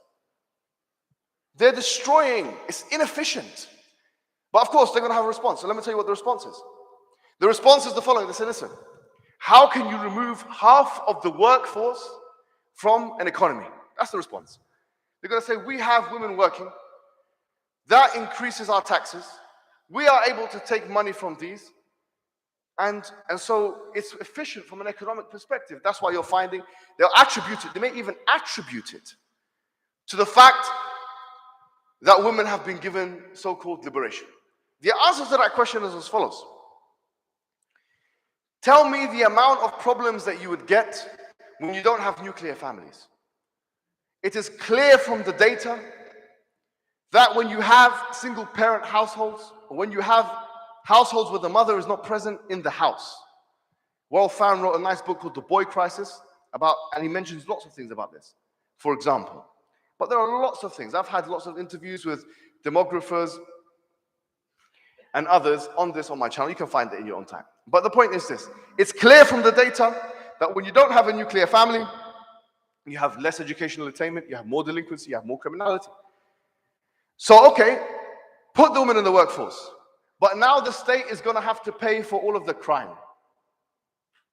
Now the state is going to have to pay, especially if it's paying already for the medical bills of the delinquent ones. Now the state is going to have to pay for the psychological traumas that these people are going through and the pathologies which are known by the data is happening. So don't tell me, okay, well, this is going to save us money. It may save you money in the first 10 years, but it will lose you money in the next 20 or 30. And that's what we have seen definitely by the longitudinal data. One of the most important studies that have been done to this effect is Blanche, Flower, and Oswald that was done between 1960 to 1990. And it was the longest longitudinal study that was done of 100,000 women in England and in America. And it was shown conclusively that their mental health degenerated after the passing of equal legislation stuff in America, the legislation in this movement. So it's harmed women as well.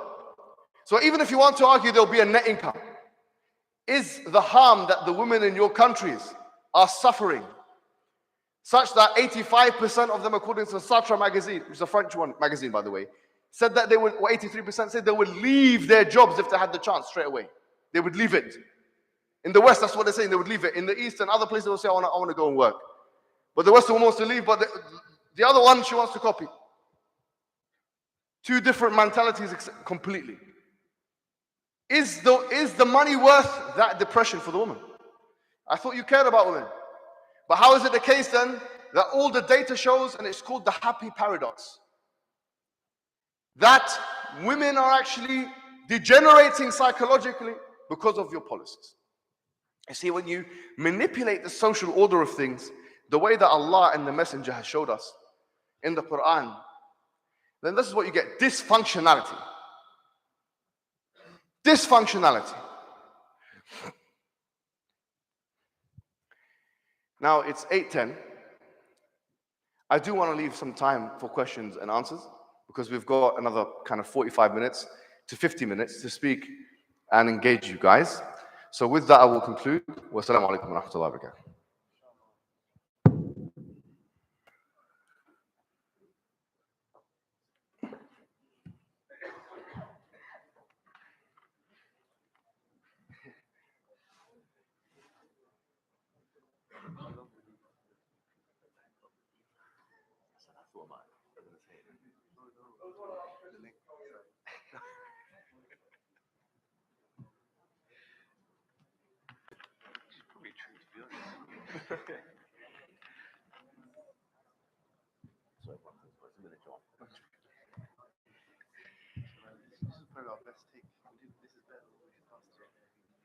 Are we ready for the questions and answers yet?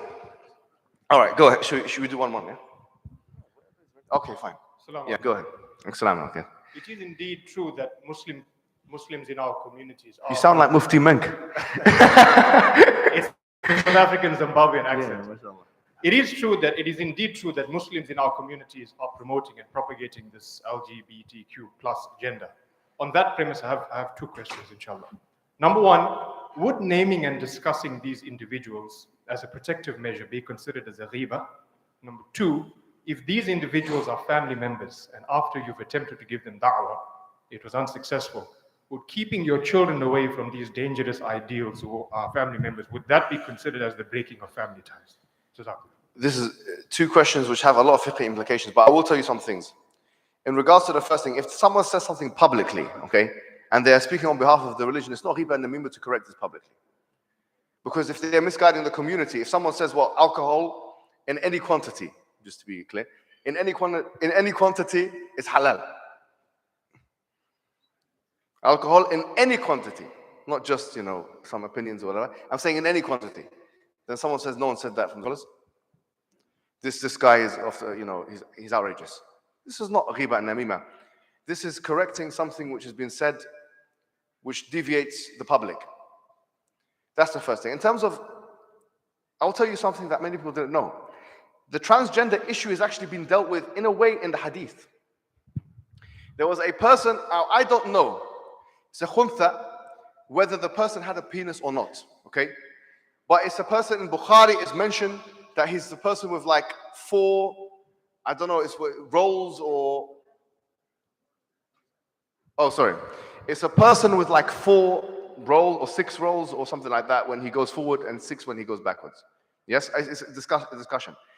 Now, is this person removed their penis? Is the person not removed their penis? We don't know, but they were definitely effeminate. And this person, the Prophet ﷺ actually told his wives, yeah, لا يدخلن عليكن أبدا.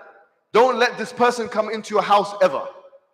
And I actually started doing some research and found another hadith of how the Prophet ﷺ dealt with that particular individual, because he was starting to affect the community. And he left him, according to one narration, to Al-Baqiyah. So he separated, he separated his family from them. When the dawah wasn't working with them. I mean, imagine they had the Prophet ﷺ there and they were not interested. I'm not saying that they were disbelievers, that person, extremely effeminate. Maybe they had removed. I don't know if they had removed it or not. I tried to look at the shuruhat and stuff of An-Nawawi and Ibn Hajar, but we can discuss if they had removed or not. We don't know for sure. Or at least I don't know for sure. But for sure, I know that there was a policy of separation. Now, is it seen as a breaking of family ties? Now, this is a fiqhi question which you would have to refer to your local ulama. الَّذِينَ يَقْطَعُونَ مَا أَمَرَ اللَّهُ بِهِ أَن يُوصَلَ وَيُفْسِدُونَ فِي الْأَرْضِ. If the person, let's define what قَطْعَ الرَّحِم is first. قَطْعَ الرَّحِم is when somebody is blood related. By the way, it's not necessarily somebody who is in your family and not blood related. For example, the in-laws. Now, I'm not saying therefore, some guys are going to say, oh, really? No, I'm not saying therefore, you should leave the in-laws or this. I'm not saying this, just to be clear. But I'm saying qat' al-rahim as a concept. Rahim literally means from the same blood. It wouldn't be considered qat' al-rahim. Cutting the family ties in that formal sense. It might be considered something else. And it would not be good if you cut the ties with the in-laws or this or that. Unless, of course, there's always exceptions. Imagine if some in-law tried to kill you. I mean, some of you may have experienced this, I don't know, in South Africa, they have guns.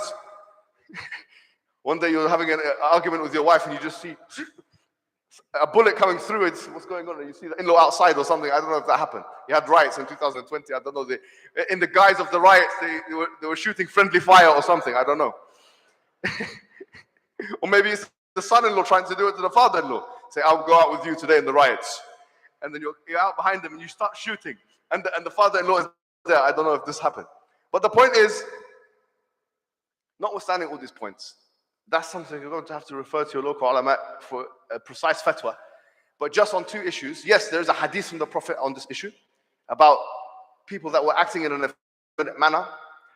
And there's also a discussion about what is ar-rahim that is referred to in the Quran, الَّذِينَ يَقْطَعُونَ مَا أَمَرَ اللَّهُ بِهِ أَن يُوصَلَ. And it doesn't include anything other than really, if you look at all the tafsir of this, it doesn't really include your in-laws. This is ashira, or other words are used, but it's not really ar-rahim. But as for whether you can count or not, this you need to present your exact situation to a scholar in your community, and you say to him, this is my situation. I've tried with him this many times, this is his situation. This is a hukum that is needs to be passed on this person.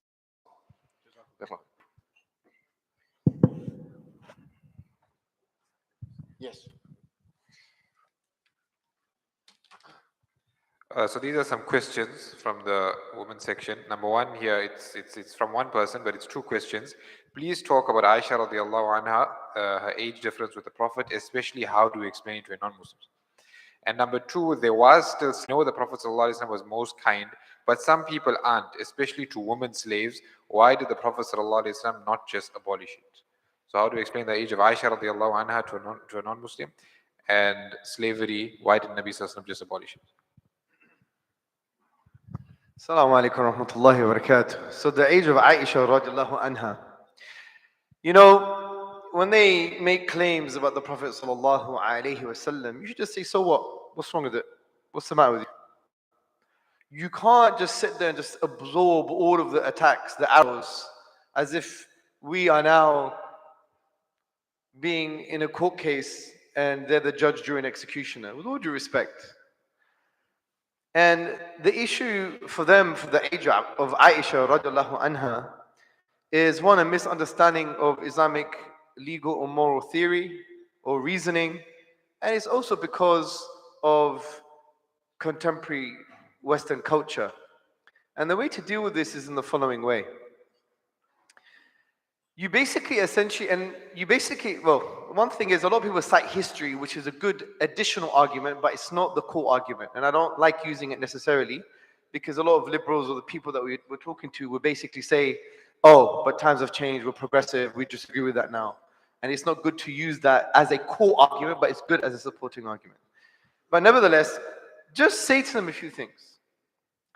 when it comes to age of consent, or when it comes to the marriageable age and so on and so forth, we have a very robust moral and legal theory or reasoning.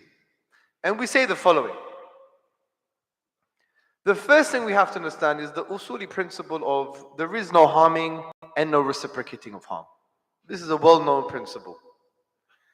Moral and legal reasoning in the Islamic tradition.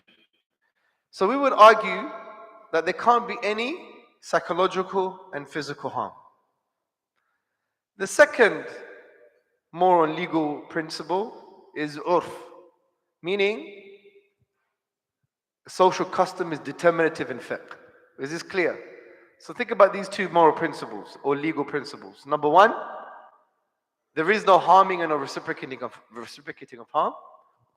Number two, urf is determinative in fiqh. So let's apply that situation to Aisha radiallahu anha. Based on those principles and based on the life of Aisha radiallahu anha, we know that there was no physical or psychological harm. The age is irrelevant. We're applying the principles here. We also know from an urfi perspective, her father, Abu Bakr radiallahu anh, said, take her. The society itself didn't even disagree with what was going on. So it's based on social custom as well. So what's the problem? These are timeless moral and legal principles. Maybe if you apply them in an Orthodox Islamic context in today's society, we will basically say it will be blameworthy to marry a 9-year-old because the urf has changed, especially in Western cultures. And it may be argued because of social and biological aspects and the development of the human being, because the human being is not just biologically, it's not dictated by the essential biological features, but there's also a form of socialization. It could be the case because of our environments that there may be harm. We stand in that possibility. But if you understand the moral and legal reasoning of Islam and you apply it in that time and in this time, you're always going to get the right answer. But if you apply the secular principles, in New York, I believe, if you have the permission of your parents, you could get married at the age of 14. In some countries it's 12, other countries 21, other countries 18. You're inconsistent. I could technically get married in New York with the permission of the parents, I think if she's 14 or 12 or whatever the case may be. And then if I go to another state in America, I go to Europe, I become a pedophile. Inconsistent, incoherent. And it's simple as that. We have moral legal principles, and we say when you apply them, you get the right answer. And at the time of the Prophet ﷺ, and maybe other times too, if there's no physical or psychological harm, and the urf is basically facilitating this, and the way to assess that is obviously dealt with our fuqaha and our ulama. We're not going to discuss that right now. But if it's in line with the urf, then what's the problem? I remember the first time I took my wife to Hyde Park. It was the only time. You should never take your wife to Hyde Park. Alhamdulillah, she was wearing the niqab, she was with me, no one was messing around. They would have got in big trouble. This was, I think, before Mohammed Hijab overtook the scene. MashaAllah, tabarakallah, may Allah preserve him. Say Ameen. May Allah grant him and his family the best in this life and the best in life to come. Say Ameen. So we were discussing something in the car, and then some white guy, dirty liberal, he didn't cut his nails, brush his teeth, he didn't wash his bum, one of those guys. At the end of the day, sometimes you have to psychologicalize it. How can you take seriously the philosophy of someone who doesn't wash his backside? You got crusty bum. Hey, Mr. Crusty Bum, why should I take you seriously? We need to civilize you. Let's be honest here. Come on. Hey, so he says to her, your prophet married a 9-year-old, this, that, and the other. She just turned back and said, so what age did you want her to be? His mouth was on the floor. His mouth was on the floor. He didn't know what to say because he knew any age that he gave would have been arbitrary and it would have got him into a legal and moral mess. Islam, generally speaking, especially the Sharia, is not based on arbitrary numbers. There are some instances, but generally speaking, it's very principle-based. That's why it's timeless. You see these principles, there is no harm and no reciprocating of harm. And we have our own definitions and application of that, of course. And there is no, and urf is determinative in fiqh. The social custom in certain contexts is determinative in fiqh. When you apply that time, place, you're always going to get the right answer, and no one's going to be harmed, and everything's going to be fine. So in a London context, for example, if someone were to say to me, would you allow a 60-year-old or 50-year-old marry your 9-year-old daughter? I say no. It's immoral. Because of the Islamic principles, because of urf, of the social custom, because of maybe of harm as well in our particular context, because of certain environmental factors that slow down the developmental process of certain issues. So it's not the age itself, that's arbitrary. We apply moral principles and we're proud of them. And it served us well and it served humanity well. They have the problem. But anyway, if you link this to the LGBTQ plus ideology, Gail Rubin, who wrote the essay that I mentioned in 1984, in the first 4 paragraphs, she's justifying basically pedophilia. They are blurring the lines of consent. Someone hasn't reached puberty and they are actually mutilating them and giving them puberty blockers. So on what moral ground do you have to say about this issue? With all due respect. Be consistent. And this is enshrined in your law, in your so-called rights. You're mutilating children or young people, and you're giving them medicines that's actually harming them. Do you see the point here? And they're blurring the lines of consent to the degree you have thinkers today and thinkers yesterday, Gail Rubin and others, that are now saying that having sex with minors is not a problem. They actually call this a form of discrimination. Because remember gender theory? Queer theory, rather, based on the postmodern principles? We don't like categories. It includes age. It includes the kind of distinction between adult and child. That's a category based on a social construct. We want to disturb that. So it's okay for men to sleep with young boys, just like their prophet, Foucault, who raped Algerian boys in a graveyard. And you think you have the audacity to point the finger at us? You got 3 fingers pointing back. Do you see? I think that's a good answer, but if you go to history, it's kind of self-defeated. You know, many of these people came from marriages that were young. You know, many widows were the age of 18. Some of them married at the age of 9, 10, 11, and 12. And actually in law, it was allowed in Scotland, I believe, in the 1800s or late 1800s, to marry a 7-year-old, I believe. And some of these things happen. And they are the basically children of these people. It's a bit self-defeating to deny it, if you know what I mean. But that's a historical point. So hopefully that addresses the question. Allah knows best. There was a second question about slavery. I don't know if we should address that. Should we address that as well? Or? Okay. Just just to add to this point, you can always ask the question, okay, you're saying it's wrong for him to marry a 9-year-old, no problem. Is this consequentially wrong or is it categorically wrong? Because remember, all of ethics is divided into 2 for them, right? If you look at ethics is right and wrong, morality. What is right and wrong? If you look at any kind of book on ethics and morality, you'll see that it's either consequentialist morality or categorical morality. These are the only distinctions that they have which are prescriptive. Virtue ethics is not prescriptive. A consequential thing is to say, yes, it's consequentially wrong because it's harmful. In which case we say, can you prove that it's harmful? Because there was no reports to show that Aisha was harmed. In fact, all of the reports show the opposite, that she was enjoying it and that she was jealous. So many reports show that she was jealous. How can you be jealous unless you're in love? And how can you be in love if you're being harmed like this? There's so many reports that show how jealous that she was and how in love that she was and all this kind of thing. There was no reports of I was being harmed and you try and find that. There's even a report that says that she went through puberty, by the way, when she married the Prophet Muhammad sallallahu alaihi wasallam. There is a report like this. So this is number 1. If you say it's categorically wrong, first of all, how do you prove something called the categorical imperative? And why is it categorically wrong? So the onus is on them, or the burden of proof is upon them. Moreover, I was doing some research on the issue. And the question is, why did they change the age of consent? And if you look when they changed the age of consent, it really happened in the 20th century. So you'll find, for example, in 1929, there was the Marriage Act in the United Kingdom. Before that, by the way, India constituted a change in the age of consent before England did, by the way. England did it as well in 1929. And it changed from 12 years old. You can get married at 12 in 1929, which is that's 100 years ago, to 16. And this coincided with a time where World War I had just been done. And the liberal government at the time, they instituted educative changes.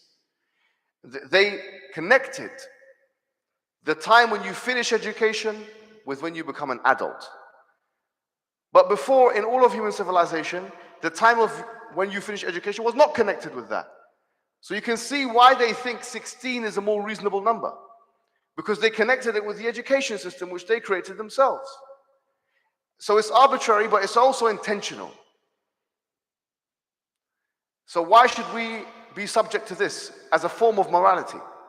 Number two, I was thinking about this when sometimes, we go and visit like care homes for elderly people. I don't know what they call them here in South Africa. In England, so many of them because people don't take care of their parents effectively. In England, they just leave them in care homes. I mean, a lot of people don't take care of their parents, not all of them, of course. A lot of people don't take care of their parents. So I went to a care home one time and I was looking around. And, my dawah mind was working a little bit. I was thinking, I wonder, because they were all like really senile, like incapable of moving, move a little bit, smile a little bit, do crosswords and these kinds of things. I was thinking, okay, the age of consent in England is 16 years old, but it doesn't have an upper limit. Consider the following. If, I'm not going to say myself, but a man decided to engage sexually with one of these elderly women that's 95 years old, legally it's okay. Now, let me ask you on a medical level, a 15-year-old who's got big hips, sorry to say, big breasts, this, everything, she's ready, versus a 95-year-old who's withering away and doing crossword, who do you think will be harmed more? The law allows one of them and it doesn't allow the other. Imagine if the man wants to go rough with her, he'll break her collarbones. He'll kill her. He can kill her. Islamically, such a marriage, it would not be allowed because you can hurt the woman.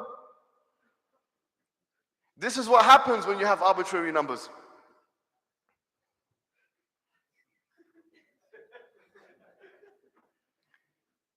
So maybe you should ask them, why is it that the age of consent? They may say, oh, that's wrong, they should change it. They should have an upper limit. Then where's the upper limit going to be? Because whatever upper limit you choose, there's discrimination going to happen. Because not all 90-year-olds are the same. Not all 80-year-olds are the same. Not all 70-year-olds are the same. No, that's not to say, brothers. But I'm saying, my dad is 75 years old. Yes, he's been married 10 times. I mean, not all in one time, just in case. But more than 10 times, I don't know, he keeps getting married, he says it's better than zina. I'm not denying the fact. But he goes to different countries, marries younger women. He does, I'll be honest with you. And there's nothing wrong with it. There's nothing wrong with it. I don't want to expose too much, but I'm just saying, these women don't have a problem. So yes. One time he went into a hospital. Wallahi, there's no word of a lie. I don't know if I told you. We went to St. Mary's Hospital in England. And he played, the red pill, they call it game, or I don't know what they call it, yeah? The guy, it was a young woman, nurse. And he had some papers in his bag. And she, I don't know, maybe she's Christian or something, yeah? Let's just say for the sake of argument. He said, look, I don't want to play games. He goes, I've got a house. And he pulled out some papers and it wasn't even a deed to a house or anything. He goes, I've got a house here. And I'm alone in it. And I want to get married. I said, what do you say? She said, are you being serious? He said, look, and she was happy to take nuts. I was thinking, this guy is playing the game. People are marrying elderly people on a regular basis. There was a supermodel who married an elder man and then he died the next day. And she took all of his inheritance. I don't know what his name is. So this elderly marriage thing is very common in the West.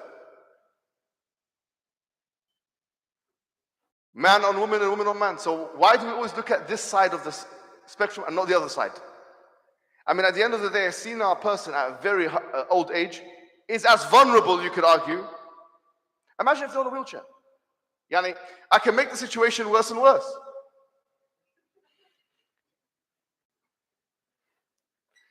the point is this.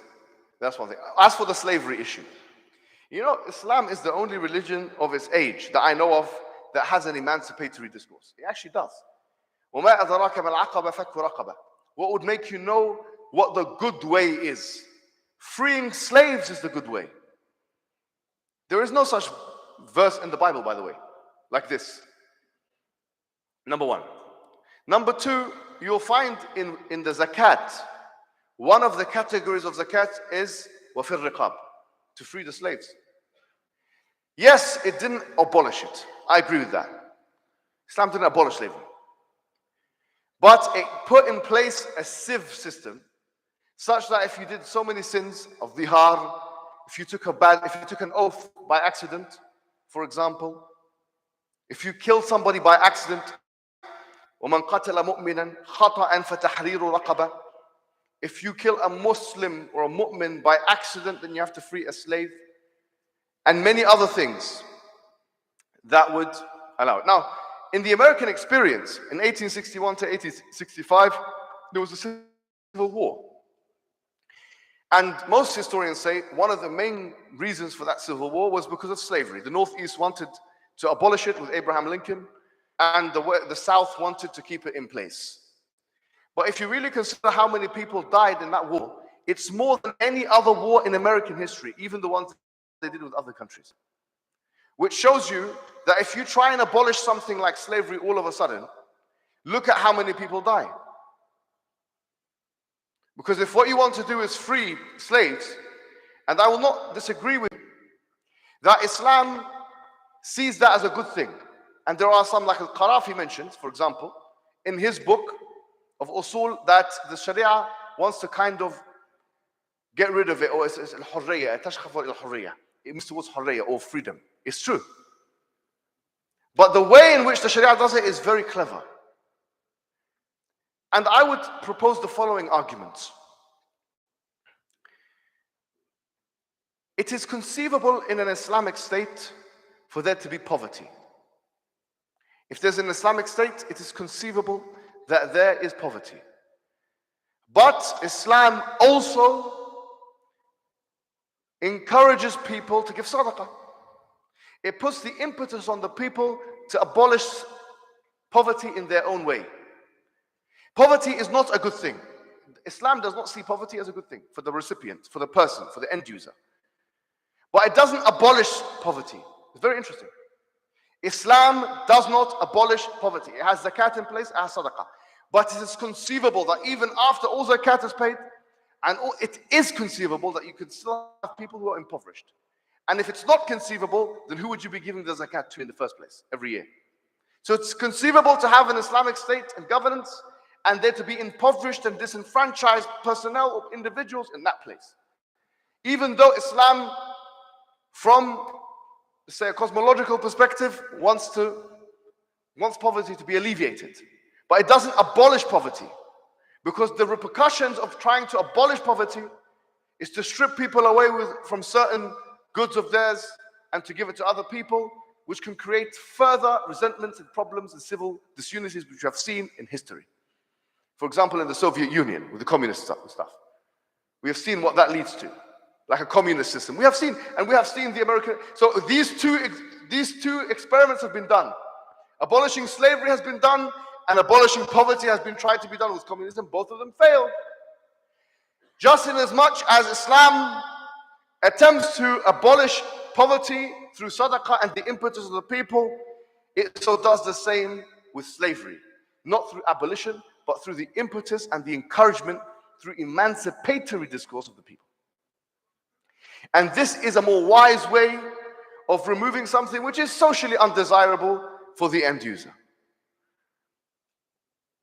That's the Islamic stance. As for treating them nicely, then there is a clear hadith, actually many clear hadiths of the Prophet telling us to free them and or to treat them nicely. There's one hadith that says, "Ikhwanukum khawalakum," that your brothers, basically these are your brothers, that treat them nicely and feed them from what you eat and clothe them from what you wear, and so on. And the other one, hadith, it states that do not call them Sayyid. do not call them Rabb. Do not let them call you Lord. And do not call them slave, but call them Fataya. Call them my boy, if you like, or my young one, or whatever. Fataya.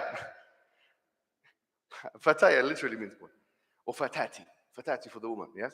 Don't call them Lord, because why? It could interfere, Allahu Alam, it could interfere with the idea of true, the ultimate slavery is to Allah. We believe لا طاعة لمخلوق في معصية الخالق. There is no obedience to the creation and the disobedience to the creator. What is Islam? Is full submission and slavery to Allah. That level of slavery only belongs to Allah. And to reinforce this theological meaning, the Prophet told us, do not call them Lord, and don't call them, but call them my boy or my girl. So call them, yes, there can be a hierarchy in place, but do not call them with words you would call Allah, for example. Oh yeah? Okay. Yes, please. ND. There's a car that's blocking the way. ND. 570. 266. It's a Daihatsu. It's urgent. Okay, so you see, the ultimate, because what is slavery defined as? And this is something important, because we say Islam allows slavery, but we have to be careful here, because what is slavery defined as? In most dictionaries, it's defined as legally owning an individual who would then obey you completely or something like that. Really and truly, Islam allows a kind of indentured servitude. But the word slavery, especially in an English context and in a Western context, has connotations which Islam has nothing to do with. The most important of them is the racial implication, the transatlantic slave trade, the buying and selling of black people. This Islam has nothing to do with. In fact, there is a book that is called White Gold, and it's about a Moroccan king. His name is Moulay Ismail. He is one of the guys who has the most kids in history. He has, I think, 400 or something. And it's about, he took slaves from Europe, and they were whites. And this guy called Giles, I don't know his surname, whatever his name is, who wrote that book, White Gold, he was very upset about this. He's a right-wing conservative in England. He's very upset and he's talking about it. And they called him over and they tried to beg him to release the white slaves. And they brought him to the pleasure palaces. And they tried to tempt him with women, but this is the worst strategy with a man who's got 400 kids and so many white slaves. And apparently, according to the narrations, they brought women and he didn't even look at Ghad al-Basar. I mean, to be honest with you, if he didn't, I would question his Islam. I would question his Islam. He's got all this. But the point is, this shows you that it wasn't a racial matter in Islam. I mean, with all due respect, I'm not saying this one or that one, but I'm saying, look at the amount of white slaves that were taken by the Muslims.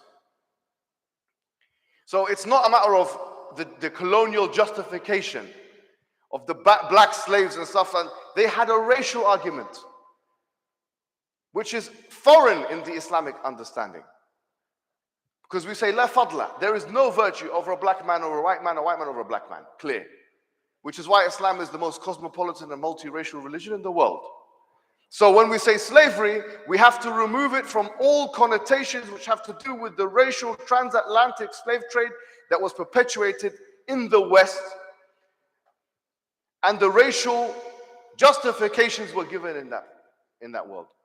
Really, the Islamic conception is far removed from such conception altogether. Next question. Assalamu alaikum. I just had one question. Actually, I had two, but I need to give my brother a chance as well.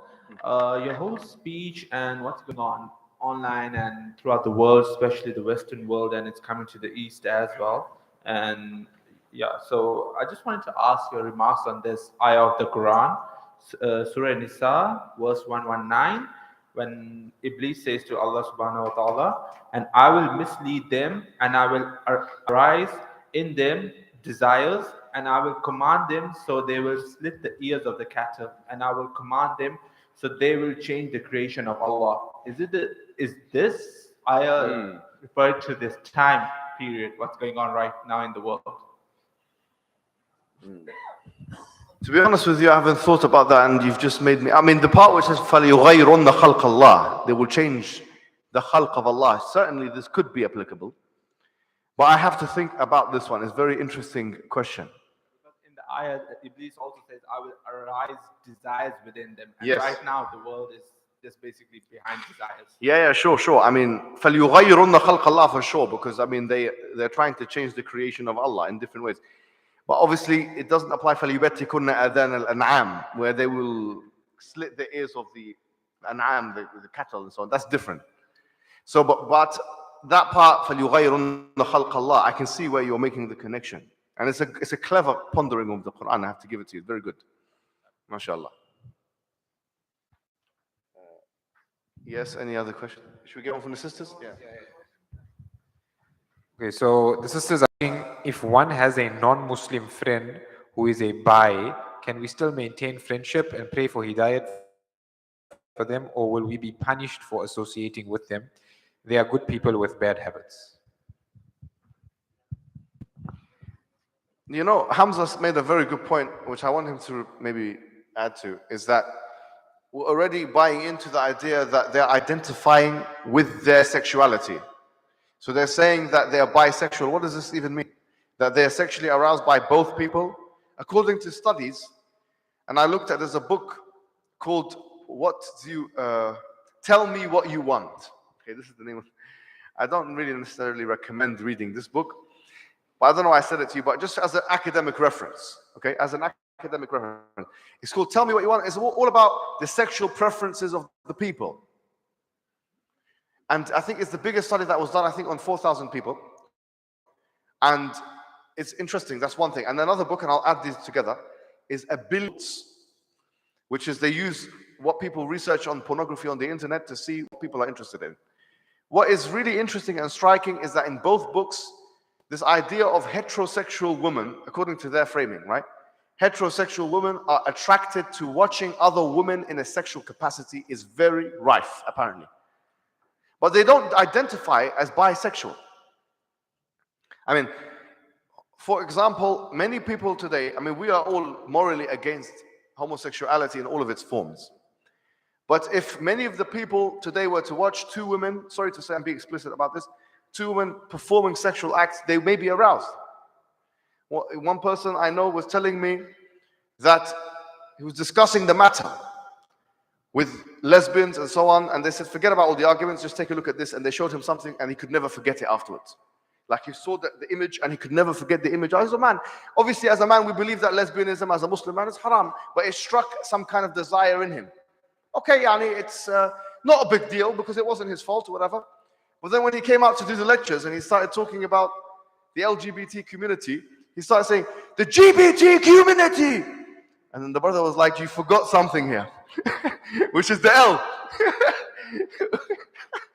It was the best form of dawah, which was no dawah at all. But the point is, just because someone has these tendencies, it doesn't move them, make them a mubtada', or make them a fasiq, or make them a kafir. If they're acting upon that, that's different. To be honest, even if they're telling you about them, it's problematic. To be honest, I mean, if they're telling you, I like men and women, that shows a type of fujur and fusuq, actually. But just, I mean, for the sake of argument, that can be something you can refer to your ulama if that's what the situation is. But if they are acting upon them, then you cannot really associate with this. Imagine shaking their hands and then you don't know what they're doing. Or hugging them and they have one feeling and you have another feeling.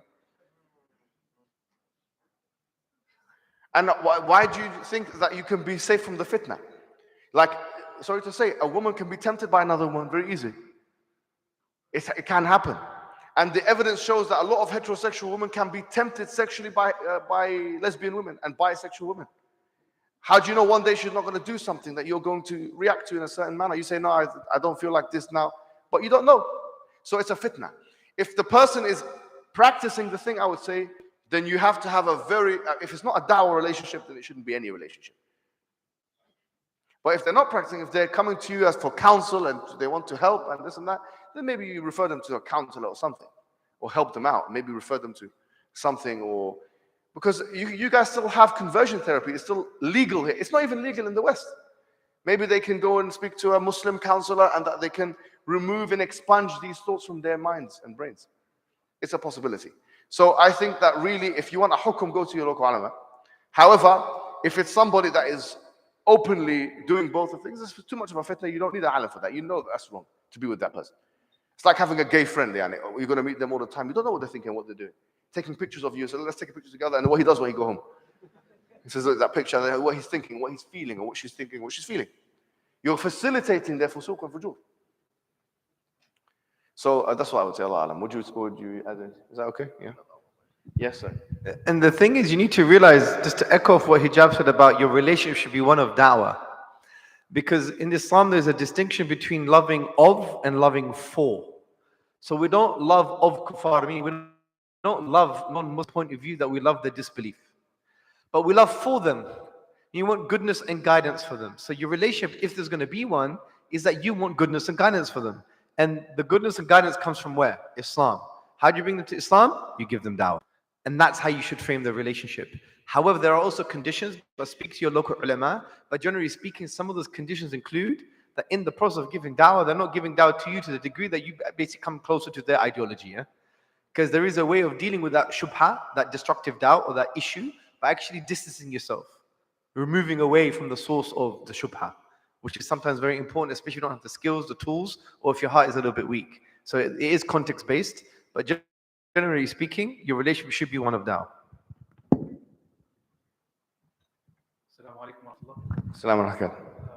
Alhamdulillah, we agree with everything which is being said by the shuyukh. Just a small doubt came into my mind with regards to the responses given to the marriage of Sayyidah Aisha radiallahu anha with the Nabi sallallahu alayhi wa sallam. First thing was mentioned that if there is no force or coercion or any dislike from either side, it would be okay.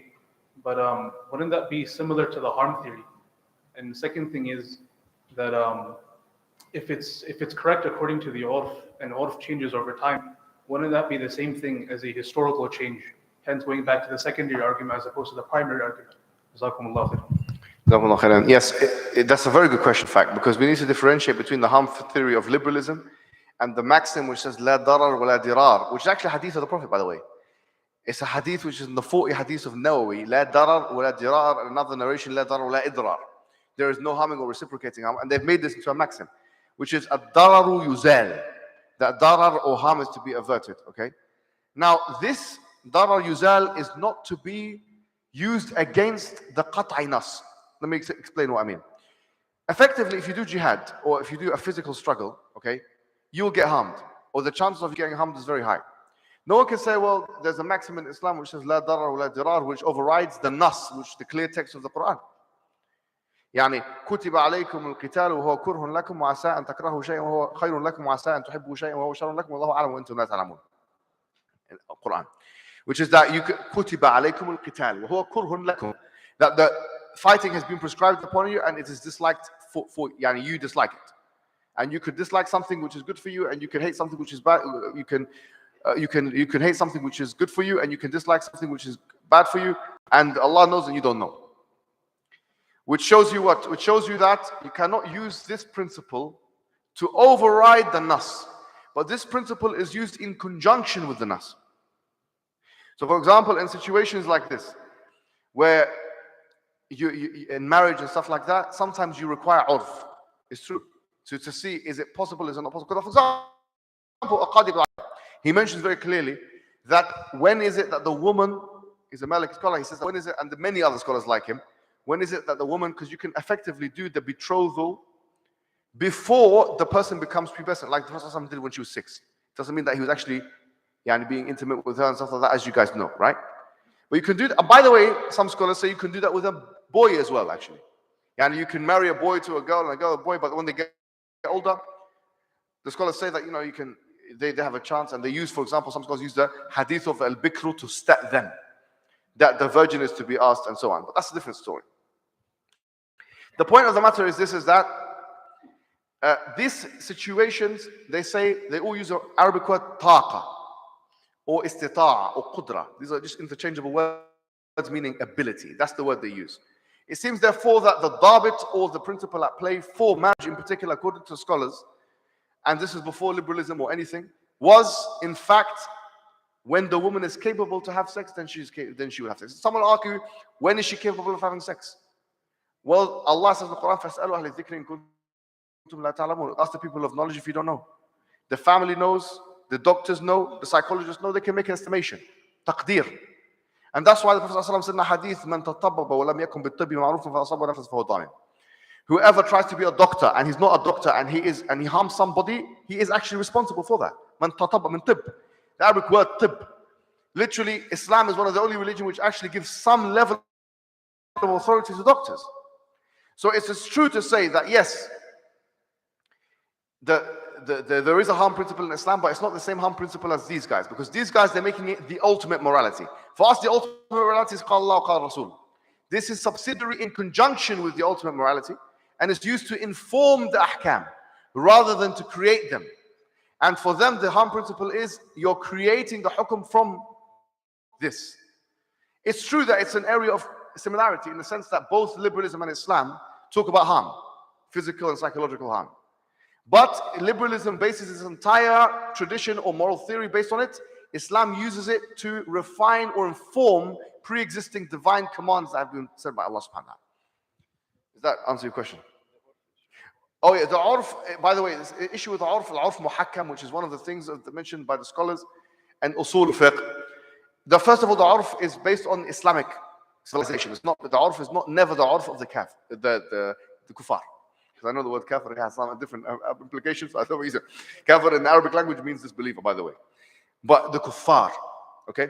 Which means you cannot say, well, urf muhakkam, therefore civilization has changed, therefore we must adjust ourselves based on civilizational change. It's based on those areas of the Sharia which are not qat'i already, and which inform certain processes and transaction mu'amalat, and it's only based on the Islamic one. Not the Islamic civilization, not the non-Islamic civilization, by the ijma' of the scholars. No one says you can follow. In fact, there's a hadith that says, I'm not going to mention the hadith because the word kafir, but it's there. But it says, it's tashabbuh hadith. It's talking about comparing or trying to imitate the disbelievers. Some scholars say قصوا الشارب اعفوا اللحى or أوفوا اللحى, there's two narrations. وقصوا الشارب وخالفوا اليهود والنصارى. Grow your beard, trim the mustache, and differentiate yourself from the Jews and the Christians. Differentiate yourself. So clearly, Islam wants to differentiate itself from the customs of the other civilizations. Does that answer your question?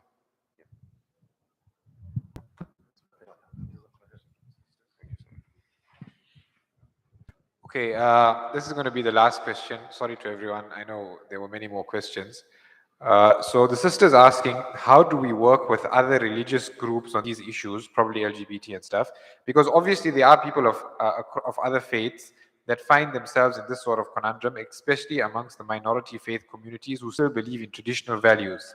But at the same time, they might still change their views over time, whereas we have ijma. So how do we go about working with them? How do we do it? What do we do in that situation? I mean, to be honest with you, the idea of working with others is already, I feel, almost a defeatist mentality. Not to say it shouldn't be done in some capacity, but I'm just saying that I don't necessarily like the idea of working with and joining hands and stuff like that. But look, if you look in the history of the world, you'll find that we are strongest when we are self-dependent and self-sufficient. I'm not giving a hukum here, because this could be a hukmi thing, a fiqhi thing. The scholars may differ. I talk about interfaith discussions and all that. I'm not even talking about this. I'm just talking about the nas here. I'm talking about the discussions of the scholars and of Allah and the Messenger. Like, for example, the Prophet said in the hadith, the sharaf al-ummah. The sharaf of the ummah is qiyamahum bil-layl, standing in the night times. And the izzah of the ummah is istighna'uhum 'anil nas, is self-sufficiency from people. So we should, the Prophet said, al-yad al-ulya khayrun min yad sufla. The upper hand is better than the lower hand. Working with people, sometimes it necessitates that we have to fulfill their conditions, that we have to please them, that we have to say things which we can't be as free in our discussion. It necessitates that we have to tawalli of them sometimes, even worse. Some people, there are issues here. I'm not necessarily advocating this. America in the 1920s and 30s, they had a policy of isolationism. And this policy led to their growth. So when they entered into World War II, they were able to dominate and actually get the Allies to win. But had it not been for their self-sufficiency and their self-dependence, they wouldn't have been able to do that. It's the mentality. I'm not talking about the hukum, whether it's halal or haram. That's not my business. It's above my pay grade. I'm not talking about that. I'm talking about the mentality that we must have. Is a mentality of self-sufficiency, a mentality of self-dependence. And so, actually, in terms of politics, it's a political decision not to oppose somebody. So, for example, if there's a conservative group of Christian people that are also anti whatever it is, homosexual policies or whatever, the encouragement of the children, all that stuff, and or Jewish people, I'm not sure if they've got a big minority of Jewish people here, or any other, even African traditionalists, whoever it may be, who are advocating anti whatever his policies, it's a political decision not even to disturb them or attack them. You're allowing them, not attacking them as a decision as much as attacking them or uniting as a decision or collaborating. So in terms of formal collaborations where we share podiums and stuff like that, and we hold hands and all those kind of things, it has its advantage and it has its disadvantage, but in terms of the fiqh ruling, you'd have to refer to your local ulama, and I know it's a contentious issue. That's it. Jazakallah to everyone for attending, and we really would like to thank our guests for the sacrifice they made, for sharing with us this ilm and experience. May Allah subhanahu wa ta'ala bless them in this world and the hereafter. And on behalf of IPCI, we just have some gifts for both the brothers. On behalf of Ansaar, sorry about that, I'm not sure what's inside there. Yeah, go ahead. So, Jazakallah to everyone for attending, and I hope you guys benefited. I really, really did.